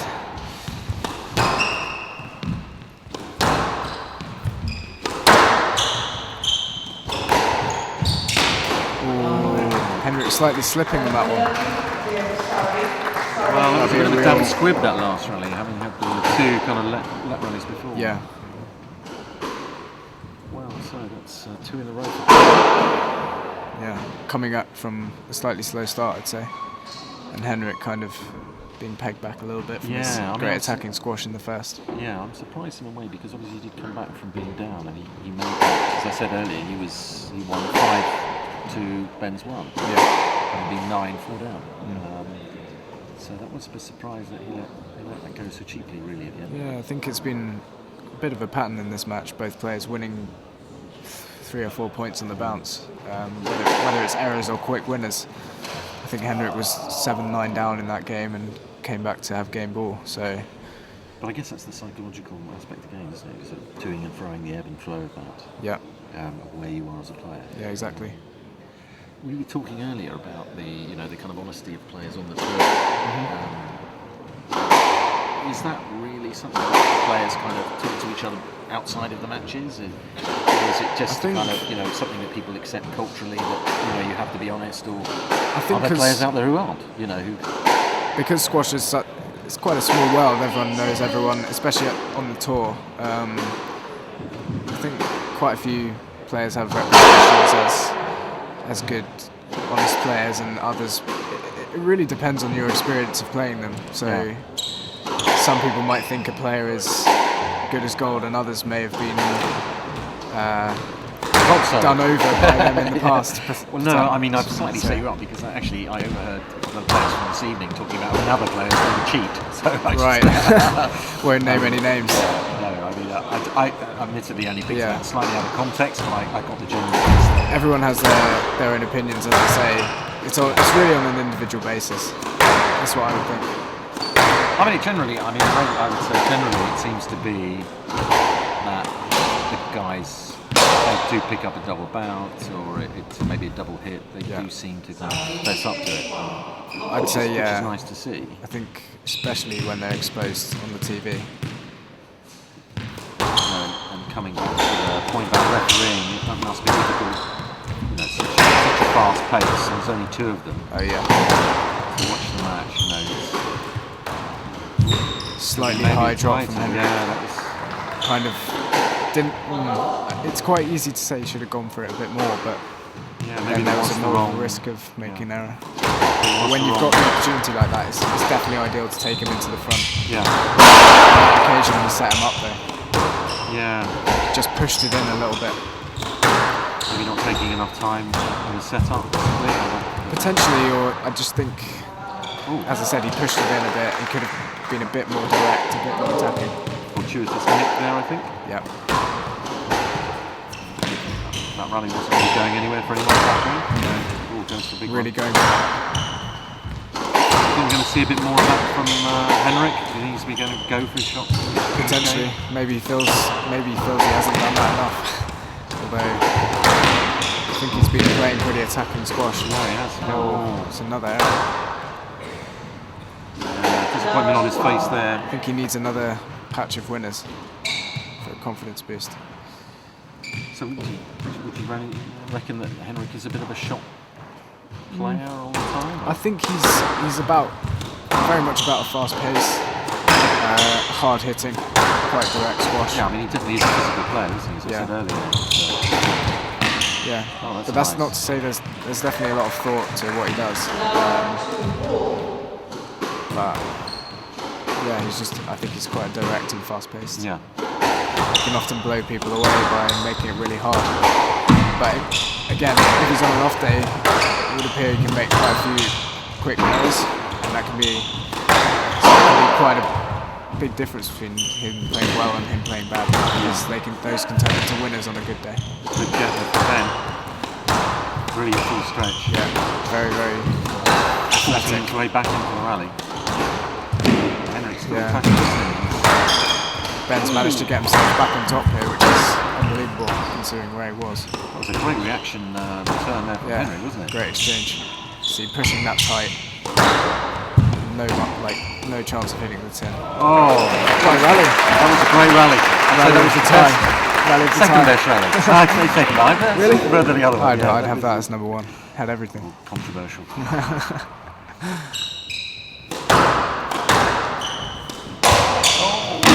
There's the other side to it. Yeah. Just seeing a backhand winner. Too long, Henrik. Yeah.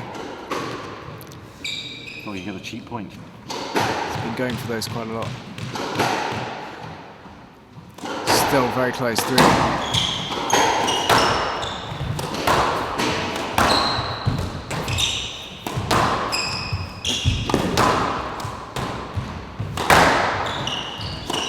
Again, well straightened from the front off the right leg. Yeah. As I said, can be often give away a stroke from that position. Tight ball, good defence from Ben. I think Ben's using the height very well, as we saw with Robbie in the first game. Just about the stroke there. As you say, it did use it very well because it got him the stroke, really, didn't it? Yeah, in the end. He's got a lot of good defensive weapons. We saw in a few rallies previously, Ben turn defence into attack very quickly. I think the height is a great asset of his. A lot of errors in this match. Henrik was pretty struggling there, wasn't he? Yeah. He had him pinned back. I suppose if he'd have floated it in, we would have said, why did he do that as well? So it was a nice riff there, wasn't it? Nice and short. Yeah. Didn't look like he put much into it. We enjoy that, winning the rally quickly. Yeah. Absolutely caning the ball there. good constructive rally from Henrik. You see again with Ben managing to get himself back on top. Yeah, no, you're right. Defensively get back in. He had him on the ropes. That must get to you after a while if you feel you're constantly killing off your opponent but just can't. Yeah. Sometimes you just think, what have I got to do to win a point? And Yeah. that basically means you go lower and lower in terms of the tin. And you end up forcing an error, really, unless you're extremely accurate. Henrik building up a bit of a lead here. Yeah. Felt Ben was a little bit on top of that, wasn't he? Didn't quite make enough room for himself. Yeah.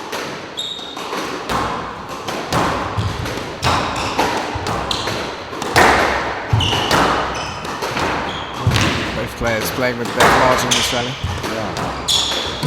Mentioned that a lot, but I think he could have gone to that. It's a good decision in my opinion. I think Ben's obviously looking for the stroke. I think he slightly went to the man. Tight. There was a bit of interference. They're saying because it was tight. It's a yes left. I'm sure some people would disagree with me. Could have been a stroke. Yeah, a little bit more controlled with his frustration there in the first game. Maybe because he's winning. Turning the wrong way. Another example of straightening on the forehand. It's always very satisfying, any level of play. Send the man the wrong way. Definitely. Taxi. Got his revenge though, straight away. Yeah. Straight away. Just taking the pace off the ball nicely. Very soft shot. Stayed very short. Yeah, I mean that's something that I guess again as club players need to think about the variance of pace. Yeah. It's very easy to get on top, just smash the ball as hard as you possibly can. Exactly. And let's face it, the game kind of lends itself to that. Exactly. Yeah. Definitely. I mean, being more thoughtful will pay off as the match goes on. Good to get there from Henrik, staying in the rally. The player becomes very predictable, just doing the same thing all match. Yeah. There's almost no deception.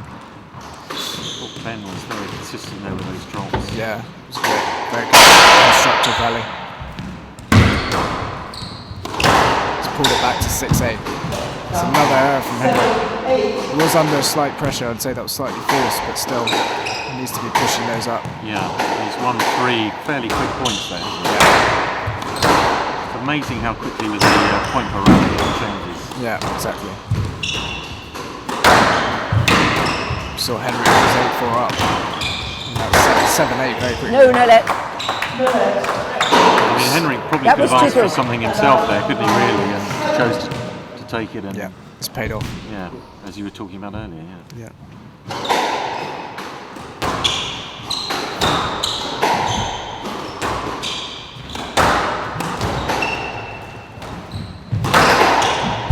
It's a great width, almost catching the dead neck. Fortuitous. Fortuitous. No effort at all. I think it was good. Ben doesn't think it was. Completely set. Crowd finding that light. Saying it was a miss-hit. Yeah. I think it was just lucky. It was definitely good. Great time to have a bit of luck though. Bring up game ball. Yeah. No better time. Especially in a tight rally. Just takes the edge off. And Ben obviously was coming back into this game. Exactly. It's really good for it. Right from the backhand there. Cross court, but leaving it short. Yeah. Again, something I must try. It's good to mix it up with that cross court drop from the back. If it comes off, it's a very satisfying shot. Again, at sort of club level, it's not something you tend to probably think about. It's you tend to think that's probably a weak shot where you're always kind of thinking I've got to get it to the other back corner. But often they underhit it with a bit of less pace, drop it shorter, catch your opponent unawares. Yeah. As you were saying earlier. The main thing is catching them out. Yeah. Because you're just expecting a straight or cross court drive. Yeah. And suddenly you're going to the corner you least expect. Yeah. It takes a certain amount of time for your brain to tune into that.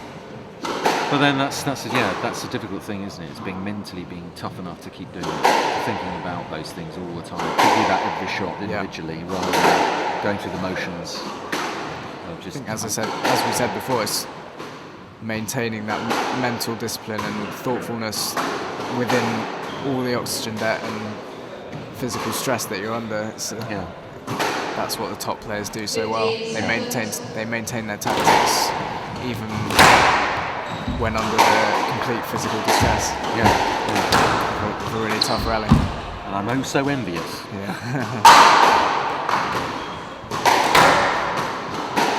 I think tactics is quite an underrated part of the game in the lower levels. I mean, only more recently in recent years I've started to employ a game plan, whereas when I was younger, playing sort of club standard or... But I guess, I mean, that does come with experience and maturity, doesn't it? I mean, you're thinking about the other aspects of the game, the management of it, exactly. Getting on court, can I hit a good length? Because you've got to adapt your game for different players. Yeah, I mean, that's the other thing, isn't it? It's kind of... You can't just play the same game every week and expect to win all the time. Yeah, I guess on a professional sort of circuit, your game gets known pretty well if you don't change it. Especially with all the video footage. You can study your opponents much better these days rather than having to actually have seen them in person.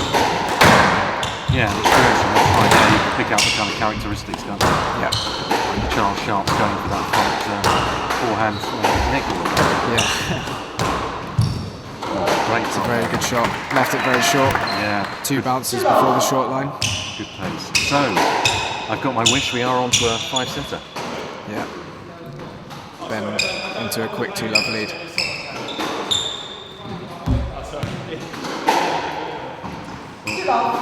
Could have turned nasty. Bit of banter. Yeah. I don't know, does that affect some players? Can you put them out off their step? I think certainly some more experienced players might try to have a chat mid-game, especially if they're feeling it physically. But that's definitely not the case in this match. I mean, certainly a Mr. Matthew is possibly no one more experienced than him on the tour at the moment. No, this is still up there, top 5 player, isn't he? Oh, he's conceded it. I thought he got it. It's good to see again. Yeah, so the point we were making earlier, so yeah, I mean, that is nice. It's good to see. Especially in the 5th game. Yeah, it's all to play for. Do you think if it was 10-all, do you think it'd be quite so generous? Another error on the backhand. Seems like a pretty honest player, so... No, it's just being facetious. Yeah, like as you say, you can see often the worst of players comes out. The winner takes it all, really. Yeah. Depends on your attitude.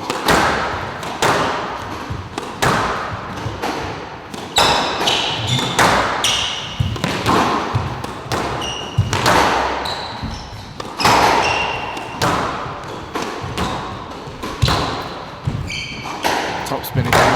Yeah. It's a brilliant backward burst. Yeah. Ben on top in this rally. Oh, wonderful. What speed that was. Nicely straightened up. It's a good rally. It's a shame it ended with an both error. players. It was super. Yeah. Frantic squash. With high accuracy within it. Yeah, that was wonderful. It's what we want. 4-1 to Ben. It's a very healthy lead. Yeah, it is. Often the team talk, as we were saying before a 5th game, is get a good lead. You know? Yeah, those first few points are really important psychologically. Because if you're playing from the front and it's level pegging, it's very easy. Well, it's not. It's much easier. Yeah, I guess you get trained, don't you? It's harder to think that somebody's there to tell you, this is what you should be doing. Exactly. This takes a little bit off pressure off you, I guess. Oh, nice I've heard drop. the phrase race to 5 points. Yeah. It's not obviously strictly true, but it's certainly quite a good thing to think about. Ben seems to have got a little bit of a knock there. Yeah. Collision.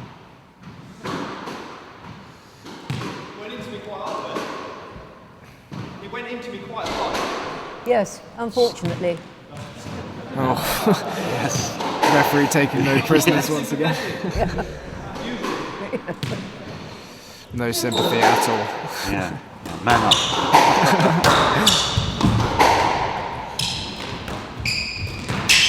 slightly disguised drop there, lining up the forehand drive. Very tight shot. Ben a little disappointed that he was in his way a little bit, but got his racket caught a little bit there, didn't created his own interference, I would say. Henrik had every right to take that space. Yeah, just tied himself up a little bit, didn't he? Yeah. Oh, great hold from Henrik. Brilliant shot. Such a short swing. Came in looking like he was going to counter drop. Again, that upper strength he's got. Yeah. Also the timing, I'd say. Yeah. A lot of people think hitting hard is all about strength. It's about, that's right. But it's actually about timing. That's a brilliant boast again. It's speed through the ball, really, isn't it? Rather than actually the brute force you apply to the racket. So it's Henrik rolling off the winners as we saw in the first game at a crucial stage. so 4-1 down about a minute ago. It's another win. Another 5 on the trot. Nice to see him conceding it again, even at this really crucial stage. Neither of these players are looking that tired, I have to say. They're all quite... I think it's often a misconception that the top players make it look so easy. So you see a lot of people who don't really know anything about squash. Always come up to you saying, "Oh, squash is so easy." Really, it's not. Yeah. I agree with you. They're not looking too tired, but I'd say they are feeling it. Pretty full of running. Yeah. It's good to see. Massive run so early. They were both keeping around. You see there the shot down the middle. Yeah. It's the first time we've seen it tonight. Something we're seeing. This is a brilliant rally. Oh, the top spin finally pays off. Yeah. That was so tight, wasn't it? Under pressure. Henrik coming back from 4-1 down. It's 8-4 up. 8-4. Never write Ben off though, because as we've seen earlier in the match, points can be won and lost very quickly. Yes, led. What's the stroke? I think a let was the right decision there. Yeah, definitely was disappointed with his let, wasn't he? Another great hold. Nice. It's a brilliant fifth game performance from Henrik. Yeah. He's made no mistakes from 4-1 down. Played very You'd constructively. have to say at 4-1, Ben was looking pretty good for the match. Yeah, I'd say Ben's slightly started to forget to use the height a bit, and Henrik's actually started. Yeah, it's flat, isn't it? Henrik's added the hold, which is a great thing to use if you don't want to make errors. Oh, what a rally! Sorry, I was just engrossed there. I was listening. But that was amazing from Ben. He was onto the cosh. Yeah, showing how to straighten up again off the right leg. Coughing a little bit there. I've said it so many times, but I really think that it's an amazing skill. Playing with forehand off the right leg. Yeah. We're seeing here rattling points off very quickly. Yeah, quick get there from Henrik, but... slightly different trend this game, with not many errors at all. Yeah, no, that's more true, winners actually, yeah. from both players. Absolutely smacking the ball there. Bit of height. Yes, left. Bit of interference. Maybe fortuitous slightly there. Yeah. But, a lot of tension. Yeah, call early enough. Yeah. I think Henrik just needs a point here to settle the nerves. Ben just really clawing it back. Away, did he? I think Ben is feeling it now. Yeah, just judging by those last few movements. He was puffing the right point before. Yeah. Some really long rallies coming in here. At a fast pace, which makes it tougher. Yeah. It's just that recovery. Great shot from Henrik. Wow. A very safe shot. Equally rewarding shot. Can Ben pull it back? Risk and reward ratio was very good there. That's a brilliant shot. That was delightful. Potentially seeing that lack of pressure, the ability to just go for the shots. Yeah, no, relax. Almost return it, and he did. Henrik's done it. And he did. Great. What a performance. Great fifth game. That's how to play a fifth game. Yeah, no, that was good. I have to say, I thought Ben was going to win that actually. Yeah. Anyway, let's hand it over to Danny. I think it was a really fantastic effort from Henrik, who played every ball, played squash in the manner that we all love to see. So a great effort, and Ben contributed also to the match. So it's now 3-1 to Virgin Active Surrey, and about to bring the number ones onto the court for the final match of the evening. Representing Virgin Active Surrey at number 1, he's reached the highest career position of 24 in the world, Gregoire Marche.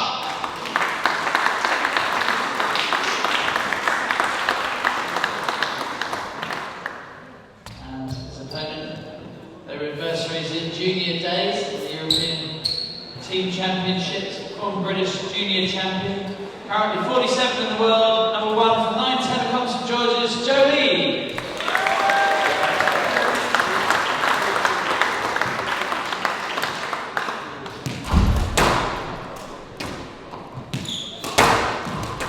First string match. Jolie. St George's to serve. Gregoire Marche, Surrey to receive. Best of 5 games. So we're back now to the final rubber. Unfortunately, we're having a slight technical issue with the scoring, but I hope to resolve that fairly soon. So bear with us. So, who's your money on this one? Well, I don't really have a choice. I'm going to have to say my brother. I was going to say not purely on a family basis. I think it would be a great match. You're amongst friends, you can be honest. No, it'll be a great match.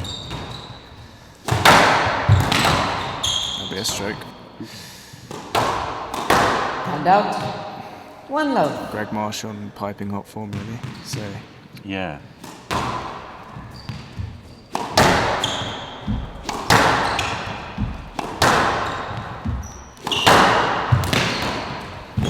slightly fortuitous as well. It's good though. It's going to be tough to break down for Joe. So fast, gets everything back. Just as we were saying earlier, you know, it comes to the point where you kind of think, what do I have to do to win a point? Yeah, I guess it becomes quite Joe could end up having to go lower and lower. Could bring out the best in him though.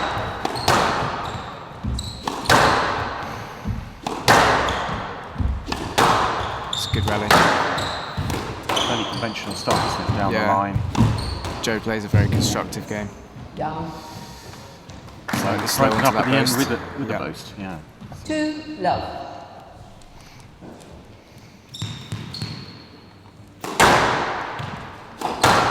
But slightly different style of serving there, the overhead. Yeah. Tennis style. Perhaps he was a tennis player. Potentially. Fred Child pretty good at tennis. Yeah, yes. Pretty strong in there. And they certainly have a different way of, slightly different way of playing squash. In terms of the way they're coaching. It's quite, yeah, certain style. You see it in Gaultier and Linku, both have a very kind of shoulders up, chest out. Yeah. Imposing style. I remember a little bit in a French club. Right. They were more for the shot, looking for the shot. Yeah. Certainly what they were coaching. And they used to Hand take out. the mickey that I was a very English sort of 1-3. body length. Yeah. Build the rally. Yeah, like no one beat me, so. Well, that did the talking then. I mean, from seeing them on the PSA World Tour, players like Gaultier, Marche, who we're seeing here, Linku, all extremely physically strong. Yeah. Flexible, good athletes. Yeah, I mean, you can argue Gustin's probably in the form of his life in some ways, certainly last year. Well, winning the Worlds. Funnily enough, I actually think he was probably playing better when he was younger a bit. He just had the tournament opened up for him, and obviously he was the best player at the event. Yeah. But I actually think he was certainly playing amazing squash, but his levels when he was younger, potentially a little bit higher. Straight to Surrey. Hand out. People like him and Matthew have done 4-1. amazingly to stay in peak condition. Yes, yeah. And that is a new thing, really, isn't it? Players staying in Often the get game asked the longer. question, what sort of age do squash players peak? Seems to be getting older and older. Yeah, Matthews. Yeah, it's a long career, and I think that's as a result of kind of more scientific training and injury prevention. Nick Matthew obviously worked really closely with Big Win Squash, EIS on his physical side, and he's until recently stayed very injury free. We're talking about the management of the game, but of course there is another element, it's management of your Amazing body. get there. Yeah, for sure. The dimension that's been added in there. I mean, this is great stuff. I'm talking about the rally here at the moment. Yeah, it's a great rally. Joe just clipping the tin. But no, I remember seeing when I was very young, 5-1. It took him about an hour to warm up. Yeah, because he was hobbling around. Right. An exhibition. Yeah. The sides of the things improved. And out. Floors. Yeah, the floors. They played on concrete. 2-5. Yeah, my dad's a massive advocate of sprung floors. He gets pretty heated when there's hard floors. Just thinks that it's so bad on the knees and things. Yeah, on the knees, hips. You see a lot of ex-pros having hip replacements. Robbie, Jamie Hickox. Yes. Time will tell whether I'll have to have any of that. Well, again, it comes back to that, the aspect of management of the body. Yeah, exactly. I think they used to do a lot of kind of long runs and things. Today it's all about kind of squash-specific bike sessions, training, low impact circuits. Yeah, just explosive. Yeah, exactly. Explosive, well, sort of. Long periods, obviously, to kind of match a long match. Hand out. You've got to make it harder than a match, because then the match becomes 6-2. easy. That's the ideal scenario. Yeah. So Marche has raced to 6-2. Yeah, no, I mean, he's certainly doing a bit of sort of specific training. Yeah. My club. He seems to be moving away from the let's do. It's a brilliant hold. Yeah. But yeah, that was a lovely. 7-2. As you say, much more sort of focused. 6-2. Is there a way back? 7-2, I think. 7-2. Is it? I might be wrong. Seems to be putting in a nutritional investment, similar to Nick Matthew, putting in long rallies. Yeah. Obviously they care if they lose. That's a brilliant shot. Obviously they care if they lose, but in the long run, the opponent is on the ropes from it, so it's kind of an investment for later in the match. So what I'm saying is Greg's putting in some long rallies, which hurts Joe physically, and he's able to win the next couple of points maybe a little bit quicker. Yeah. As a result of that long rally. Like the traditional approach. Exactly.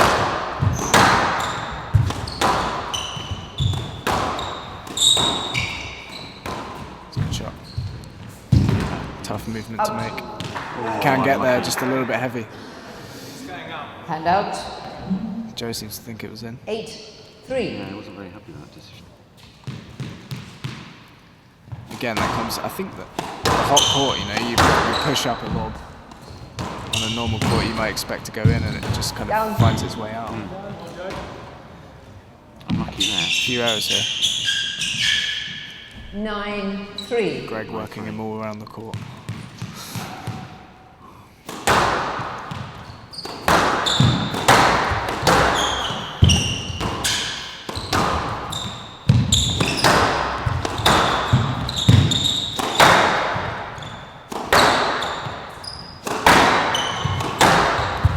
As accurate as those earlier exchanges of the game. Potentially not. It's just crept in. Yeah. Good control. Lucky. He apologises. These two obviously game ball. know each other from their junior days. They had some really long battles. Used to be neck and neck. I think there were some really crucial matches. European semi-finals, British European Up. final, I think. Game British to Open Surrey, semi. 11-3. It's a nice way to Surrey finish lead, there. 1 game Yeah. to love. So is there a way back for Joe? That was quite clinical, I felt. Yeah, he's blown him away in that game. Joe just needs to play his way into a few rallies, I think, and kind of, it's easier said than done, but just keep constructing, you know, keep playing those rallies. What will, obviously, being a father, what would Danny be saying to Joe, do you think, at this stage? I think Greg's exploiting him at the front. He's playing a lot of good quick bursts, and I think Joe just needs to settle, kind of impose himself, use his strengths, which is hitting the ball quite hard, getting on the volley, being a presence around the middle. I think that's going to be quite important in this game, and if he can do that, he'll kind of nullify Greg's attacks. So you think he needs to kind of get onto the tier, dominate the tier a little bit more? Is that what He needs to try to. It's easier said than done. When you've yeah. got someone kind of hitting tight shots and trying to do that themselves, really. Yeah. Yeah, it's a very ideal scenario, but Yeah. So if you can do that, it will definitely pay off. do you think there would be any mileage in trying to just slow the game down a little? Yeah, mix the pace. Joe's really good at lifting the ball. I just think in this game, if he mixed it with some rallies fast, some rallies soft, it just needs to, like, if you can do that, I think it will pay dividend. Gregory seems to be. He's able to get everything back, really, isn't he? Yeah, it just seems to be on pace. He's not so bothered about the accuracy, it seems to be. Certainly in those last rallies, it's a little bit looser to me. Perhaps a bit, but when it's only got to be a certain degree of accuracy, and then he's able to hit that one shot which wins the rally. So he's working his opponent around. Yeah.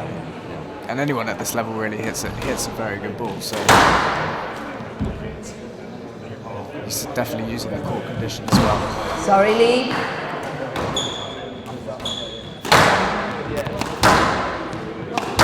One game to love.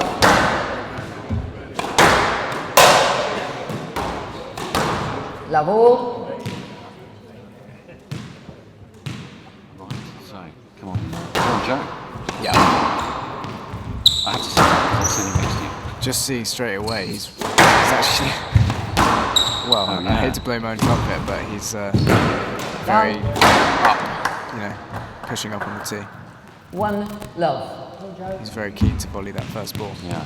So hopefully he can continue that rally not going his way, but.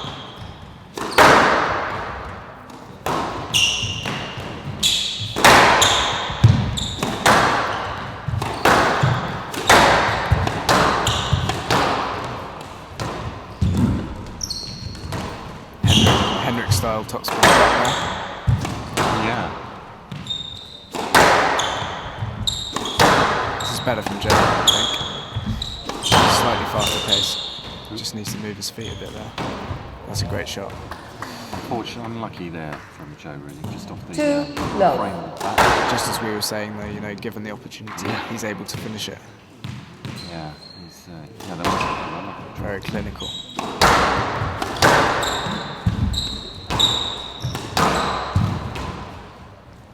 he's on top.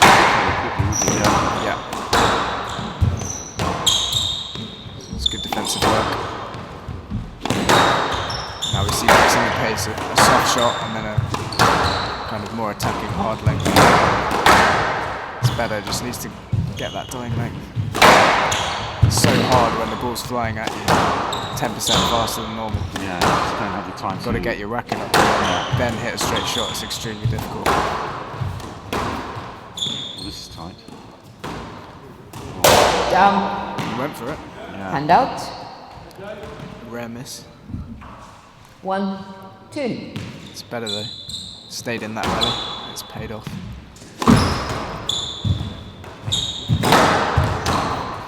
Read that one. Just again, not able to straighten it up. Yeah, just not enough time, I guess. Exactly. It's very hard to volley when they whip across court. Even if you know it's coming, that'll be a stroke. Constant Stroke to pressure. St. George's. Stroke to St. George's. This is better now, he's containing him. 2 all.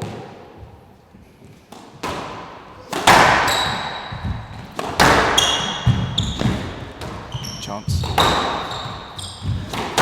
Opted for the hold of flick.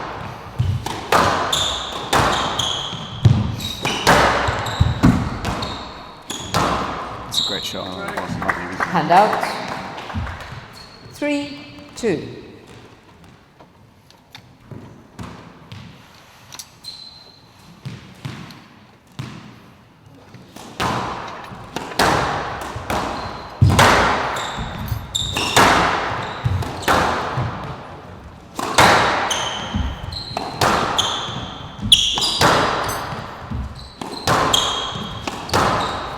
Seen that yet. He's held from the back, shown the drop from the back, and then pushed through a drive.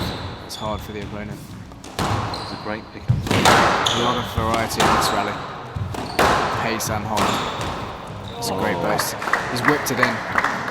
Just lets the ball drop and then whips in the burst. Very hard to deal with. 4-2.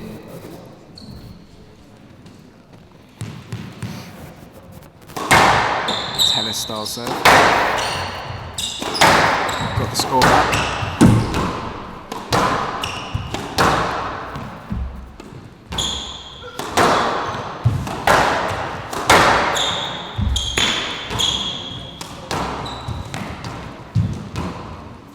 Very good straight lob. Yeah, wasn't it? Joe went the wrong way. Luckily he had enough time. Oh, that's a great get. take. Good pickup. This rally's got everything. Great. Oh, lovely. What a shot. What a rally. Shot of the tie, I'd say. Yeah, that was awesome. Reaction volley into the net. Yeah, that was very accurate. 3-4. Little time to play it. Great touch. Great touch. Hope that's void him then. Oh. What a reply. I mean, I guess What happened there? Down. Yeah, it's down. Oh, it's down. I thought it was a bit funny. 4-4. It stayed a bit too short to be a natural okay. nick. I know that nick's a little bit funny, but I thought that was a bit good to be true. Well, I was impressed. For a brief. Would you have taken it? Well, I mean, from here it looked good, but I mean, you know, we're not courtside, are we? So it's, Joe's managed to get a lead here, which is good. Gregoire didn't seem to react like it was down. So. No.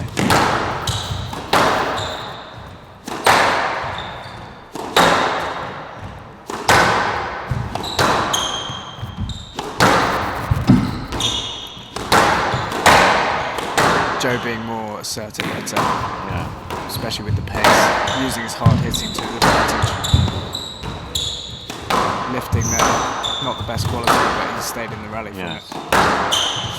We think Greg is not quite as fast in as he has been. Today in general, or in the No, first just game? in this rally, you know, at the moment. Do you think he's a bit more percentage orientated? Potentially, yeah, and it's paid off as we see. Hand out. I think he'd lost 3 points in 5-4. quick succession, so he was trying maybe to kind of hung back put in that investment, you know. Yeah. Wasn't pushing forward. Yeah, playing safe. And the errors come, so it's proved him right, really. Yeah, good variety. Now he needs to mix that in with a bit of volume. Down. Just a bit pushy on that drop. Yeah. 6-5. We saw it with Henrik using the topspin. Sometimes it can be overused. Sometimes it can be to their benefit to mix it in with what Ben was doing well, you know, pushing it straight. Yeah. Straight and long, or going in conventionally and playing a cut counter drop, just so you make sure you get it above the tin. Yes. That's a brilliant drop. Great pick up. Great hold as well. It's a really, Hand out. really well constructed rally.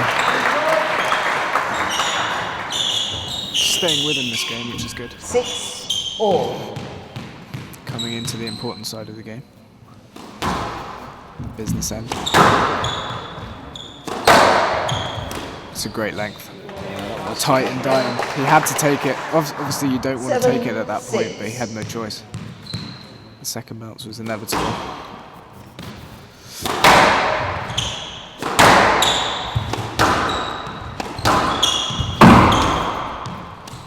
Joe playing some really tight shots here.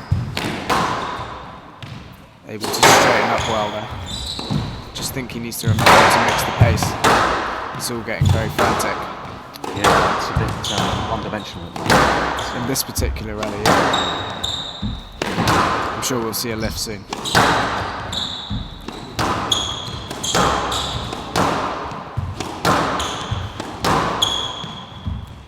Good pace though, both players really trying to not let the ball hit the back wall. Not giving up the tee to each other.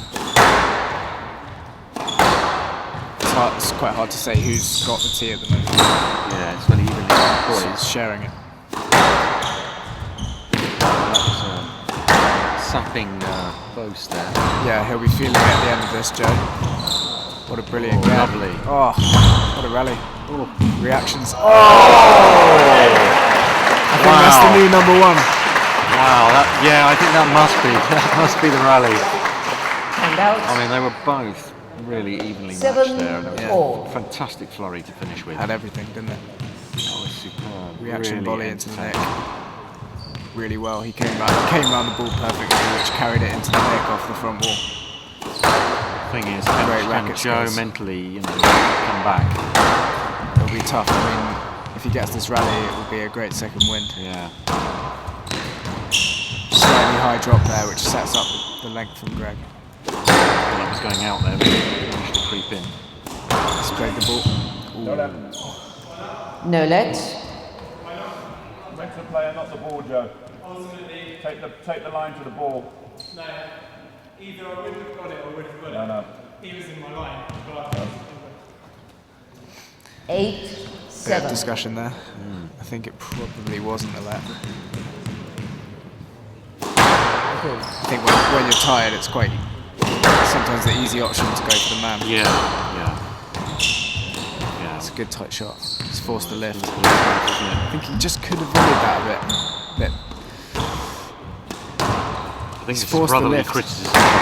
It's not criticism, it's just he's much better than me, so I can't really tell.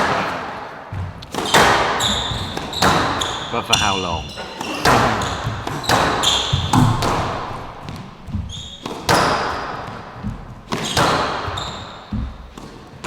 It's a good lift again.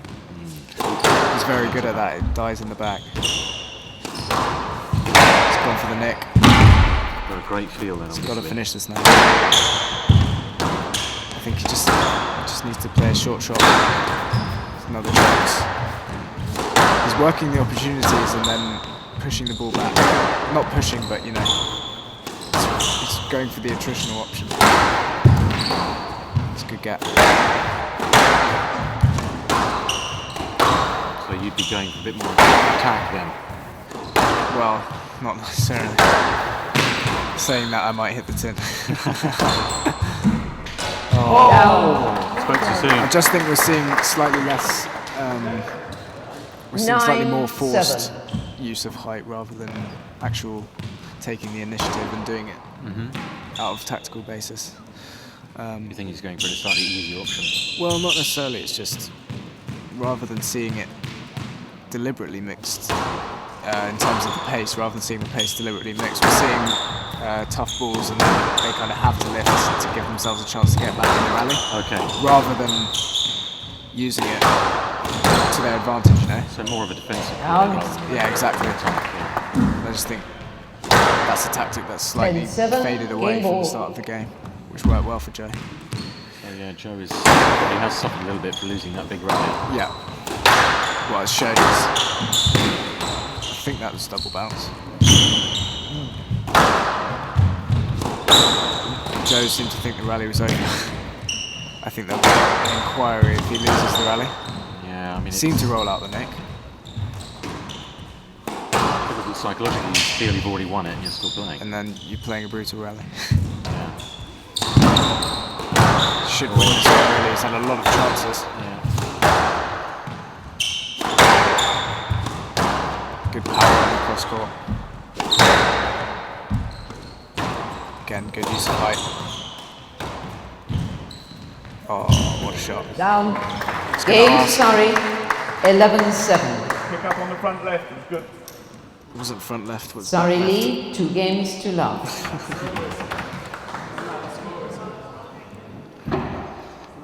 Okay.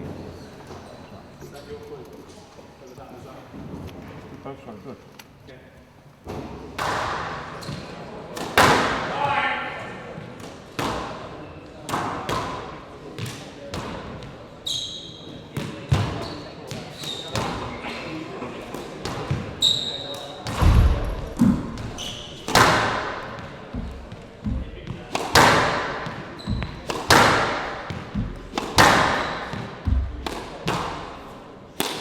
Surrey lead, 2 games to love.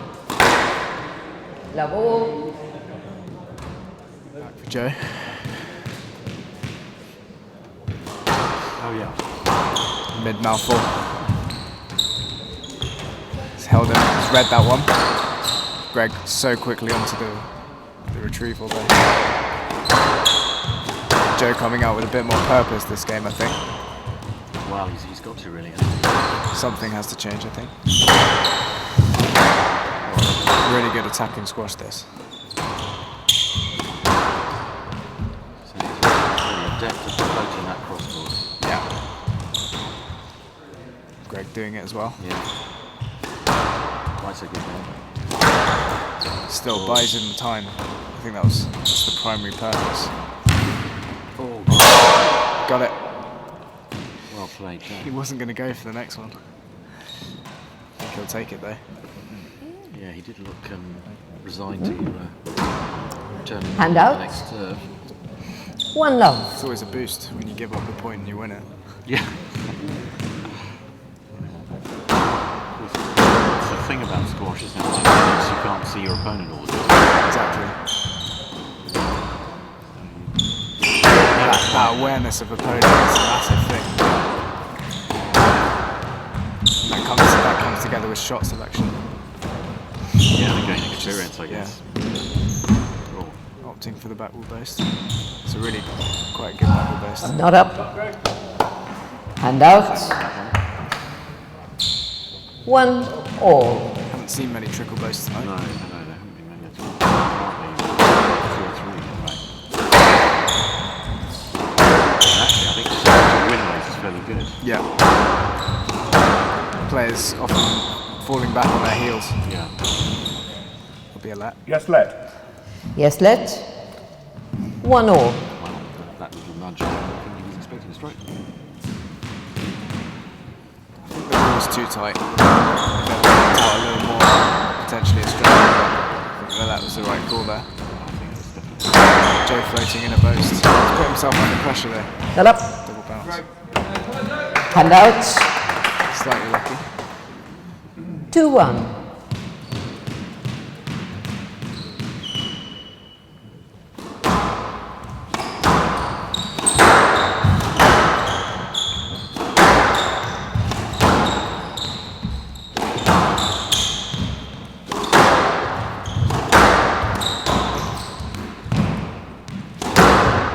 He's done well to get these back.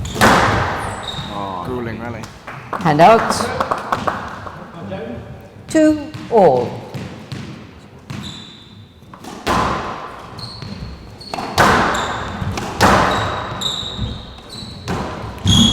Down.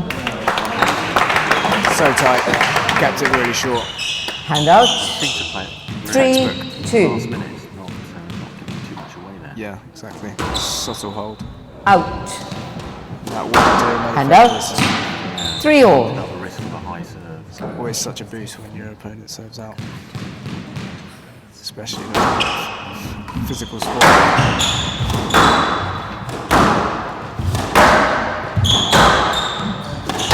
It's a free point, isn't it? Don't often see that. Psychologically, then a bit of a demoralising too. It's a bit of a double whammy. After working so hard for the previous one, yeah. Yeah. I think he'll be fuming inside.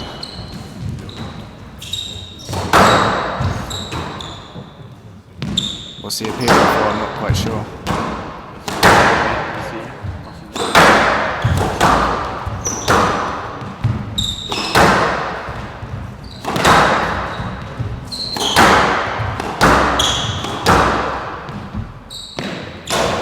gone for it again. Yeah. Worked for him last time. 4-3. Yes, that's in the mind, isn't it? Yeah, worked for me last time. Why not Please. go for it? Yeah. Also tired, I guess. Well, Yeah. Mind starts playing tricks on you. Going for the cheek. Just letting it slip a little bit. 5-3. at this stage, I have to say, it's not looking too good for Joe. It's been a pretty solid performance from Greg.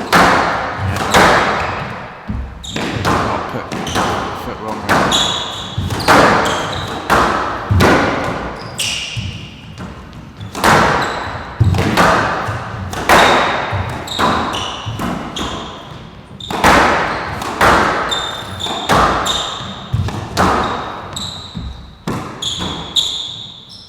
Stayed in.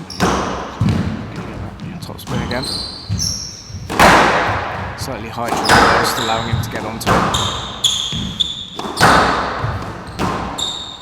Good use of height. I think he just needs to inject that fast pace again. It's all quite medium paced. This rally.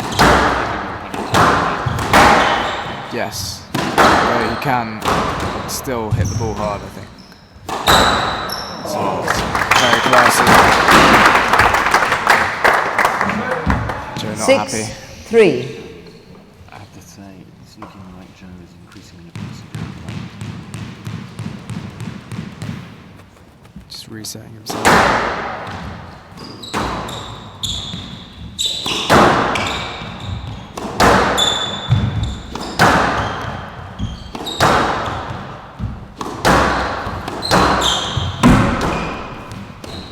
Great shot. Great gap. Just pushing that one in. If he got onto it earlier, the time's taken away from Marche.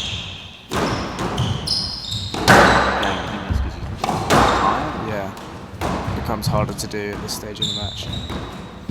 Like that classic example.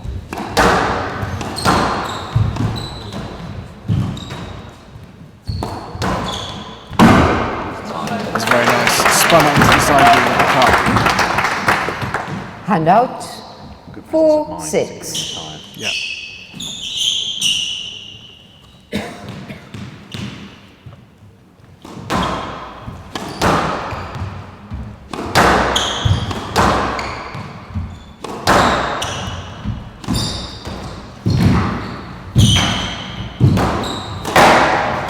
Very tough movements. Yeah, amazing gaps. It's a good length. It's forced the high shot. Just lobbing it up. My dad calls that one the Jantsha drop. Jantsha used to just float it up really tight. Down. Hand The out. jugular.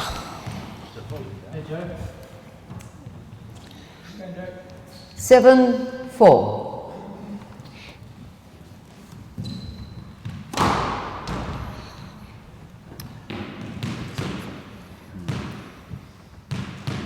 Commanding lead. It's just kept his nose in front the whole time, really. More than his nose. He's managed to stay in front. Yeah. A few grabs.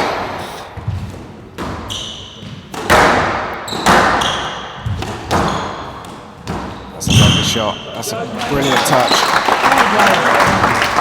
From so far back in the court, took all the pace Hand off the out. ball. 5-7.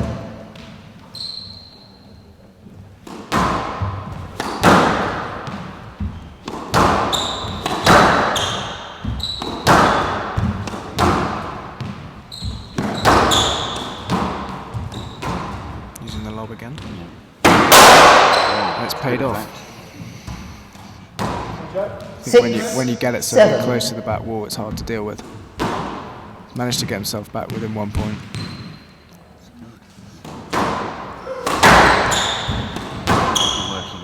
Yeah.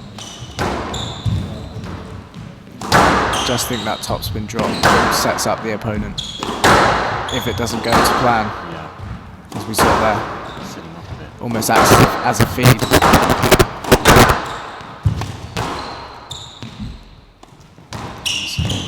Good touch. Oh, sent the wrong way slightly. Oh, fortuitous. Wow. Good time to get it. Bring him back on level terms.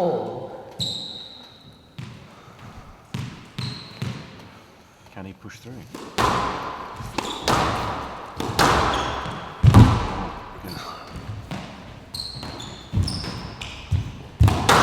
I think Joe would benefit from using some hold in the front, because Greg's getting onto that drop shot. If he plays the next one cross court, I think it will really work to his advantage. Rather than dropping him down. Well, yeah, because that's another form of deception. If you play one shot numerous times, the other player becomes kind of accustomed to it. The habit. So then if you mix it up, like he did there, perfect timing. I'm not saying he was expecting the straight drop, but I don't think he's played the straight backhand drive like that. He's played well from 7-4 down. Yeah. Just got to keep the ball above the tin. Out. It's paying off. See if he can nick again. 9-7. From that point, anything can happen. I guess at this stage, it's thinking, is it? Can you push to the game? If you can do that, it gives you a lot of confidence. That's a great width. He's played really well from 7-4. 10-7, game ball. Become a bit more assertive, more aggressive, all whilst maintaining good use of height, and has taken the game. It's paid off. The night goes on. 11-7. Time.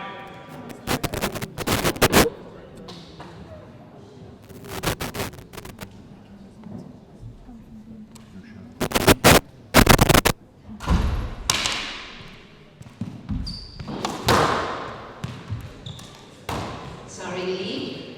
2-1. St George's to serve.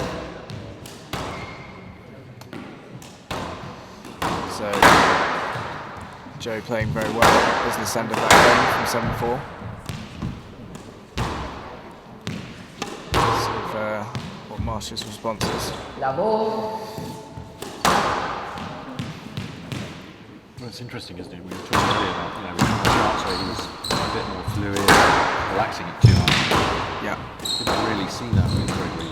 Well, I think maybe we saw it a bit too much, and then before he knew it, he was 10-7 down. Combined with Joe upping his game a bit. He played very solidly, as you say. Just started to make less mistakes and yeah. got to the ball a bit quicker. Down. It's a good shot again. 1 love. It's important, do you think? I mean, obviously trying to get a good start, I guess, at this stage of the game. Yeah. Get that nose ahead. Similar to what Henrik did, really, in his fourth game. Just kept his nose in front. And then in the fifth, obviously, he came back from a losing position. It's a good hold. Hand out.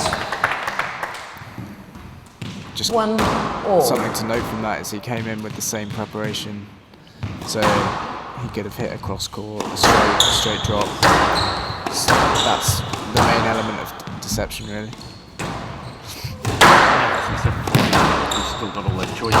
Exactly. And when you prepare the same way for every shot, it becomes very hard to read. Using the angle. Oh. Hand out. I think it was just a bit wider than he expected. 2-1. Half dive. Yeah. Fully committed. You normally see a very fully committed dive from him. Yeah. He's pretty good at it, to be honest. We haven't played enough. Hand out. Joe will be happy with that one. 2-2. Just another example of the ball coming through slightly quicker.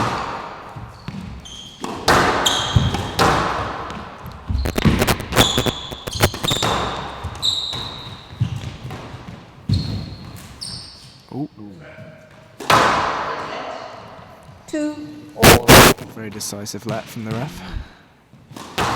Zero hesitation. Yeah. I think he gave it before he'd even asked. Yeah.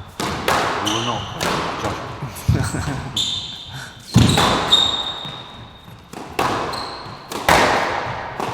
So I guess it's more of the same. Yeah. Just looking at that, I think perhaps, yeah, that's what I was going to say. A few more quick drops from the middle. Mixing it up. Greg not happy with how he pushed that one.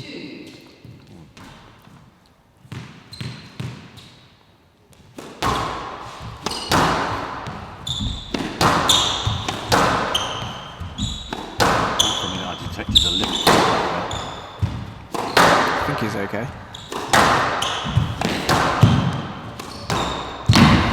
It's tough to get. Hand out. Tight and low. 3-all. It's a great length.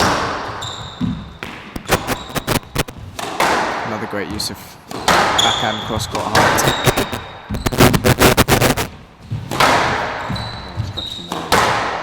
Great length. Constructing this rally well.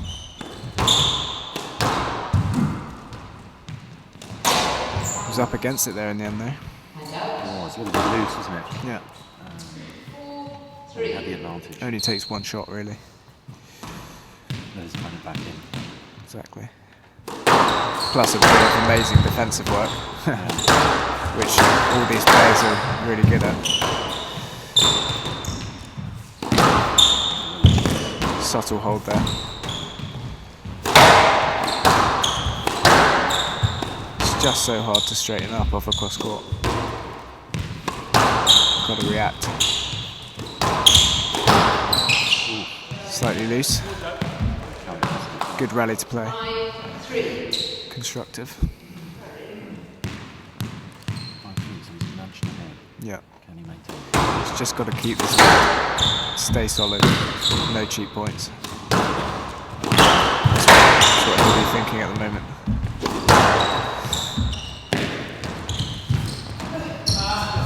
Slightly pushy drop to the front. Now it's been punished. 4-5. Yeah.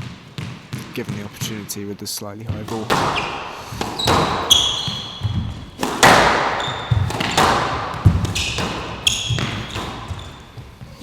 Joe opting for the lift again.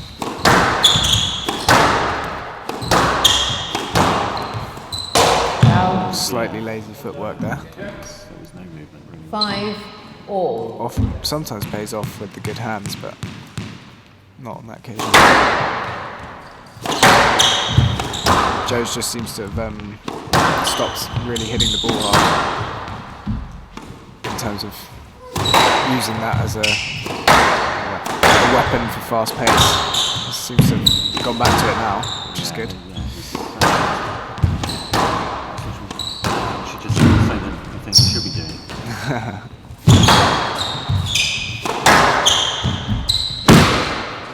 Good width. Hand out. Sometimes those widths, they're not quite good enough on the way through, but by the time they've hit the back wall, they become tight. So if a player leaves it, which he's more inclined to do on a fast court, then he can put himself in trouble, especially on the glass. Do you think there's quite tall player? Do you think as a slightly taller player, with the quick hands that are important because it's a bit harder to get at the body? Yeah, especially, well, see players like Will Strop, who's amazing with his hands. It's definitely harder for those players to get to the low balls, so they've got to be quite good around their feet. Saying that, I think they all learn to move. Everyone has to learn to move their feet extremely fast. Slightly sloppy serve from Joe there. 6-7. Punished with the cross-court neck.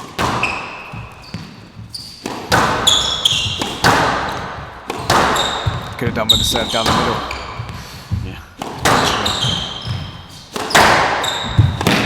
An ideal build? Yeah, that question's asked quite a lot. I don't think there is really. You just have to look at the evidence of all the top 10 really. So many different builds. You've got Ali Farag, who's extremely, well, he's quite skinny, like I'm quite skinny as well. People like Will Sharp, who's extremely tall and quite a big build. So yeah, there's been so many different successful builds. It's just all about using your strengths, turning your strengths into super strengths. So Nick Matthew has amazing reach, and he uses that around the middle to volley everything. So, whereas Gaultier he's fairly short, I think, so he's quite a low centre of gravity. And he uses that to get to some amazing high balls. So I think it's all about using what you have to your advantage.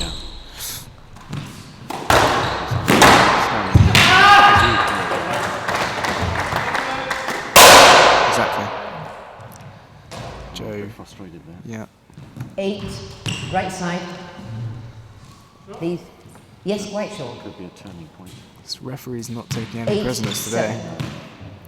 7. Not up for discussion.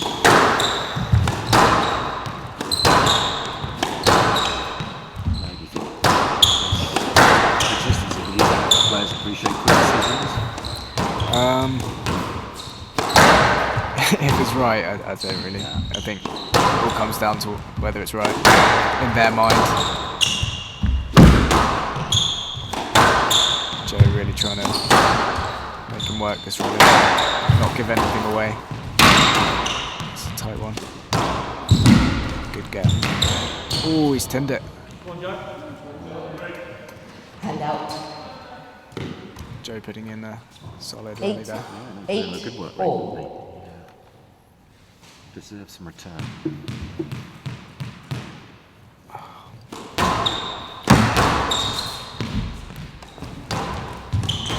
Slightly floated drop.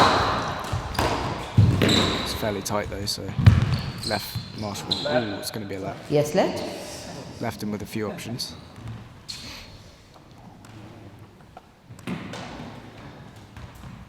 Eight, all.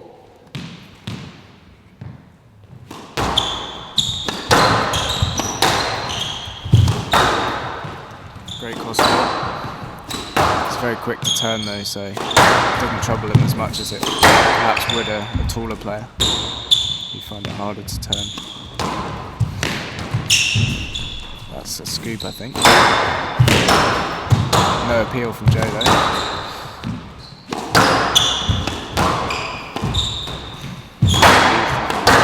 Straightened up really well there. Big rally this.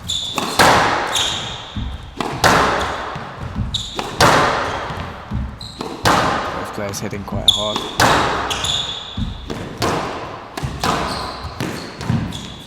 It's tight work. Yeah. I think one risky shot at a time. He's done well to volley that.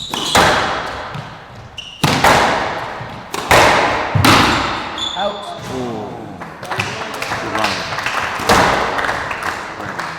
Hand out. Worthy of the nature of the point. 9, 8. Gregoire, go for a quick one. I think a similar rally to the last one.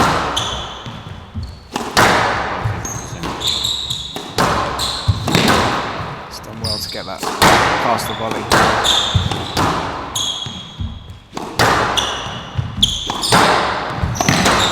Looks like it's going to be one from a tight length.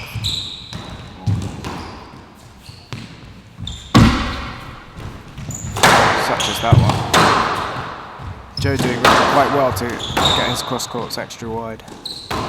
Missing the volley. Exactly. Slightly short length.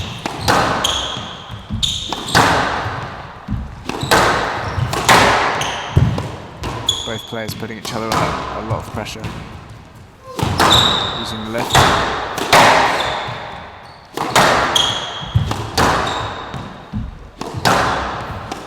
Really tight down the back end.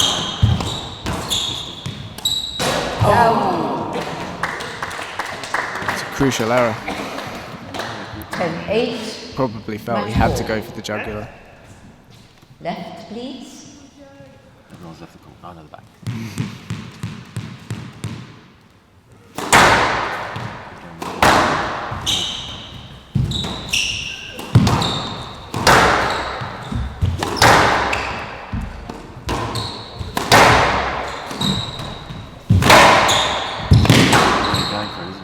Out. Oh, and it's out.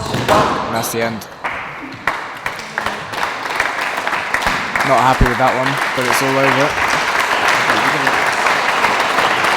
Match to Surrey. Ladies and gentlemen, fantastic match. Gregoire Marche and Robbie. Great job there.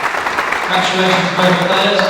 Another fine match. The last two rubbers, although technically dead, meant a lot. And I hope you've had a great evening tonight here at St George's Hill. Thanks very much to Mike Palmer, 9 Telecom for doing the scoreboard and for sponsoring the team. Thanks very much to the referees, all of you for coming.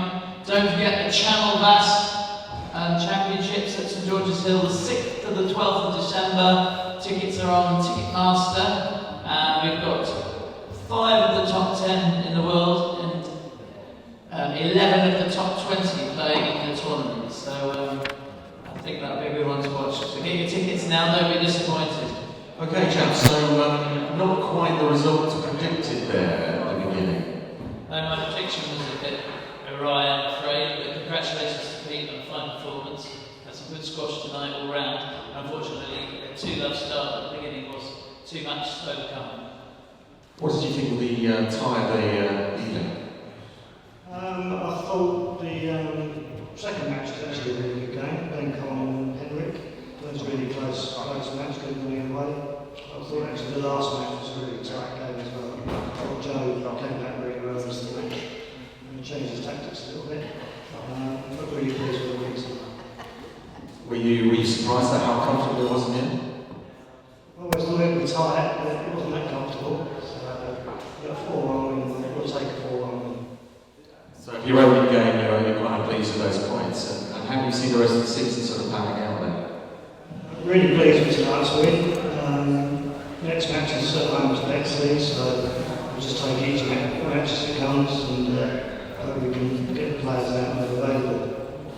Very diplomatic each match as it comes. Danny, I hope I don't get so diplomatic an answer there. What about you for the rest of the season? We're obviously disappointed. We're probably propping up the table at the moment, having lost 2 from 2. We've got 4 injuries at the moment. Coleman, our main number 1 from Spain, world number 14, has been out. And hopefully he'll be back for the Bexley match on the 19th, which is being played on a Saturday, which is unusual.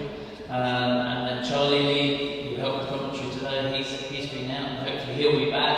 As our young player, we've got Yasra Adele, hopefully she'll be back. She's a world-class player as well, so hopefully they'll all be in the team and vying for contention. So we haven't had much luck with injuries, so hopefully for the next 6 matches we'll be back. Just finally, how do you see the return going? Again, I'm sure it'll be a really hard-fought game. I'm sure St George's will be wanting to turn this result around. Looking forward to the return. We'll have to turn it around. I don't think we've got a choice. Thank you very much,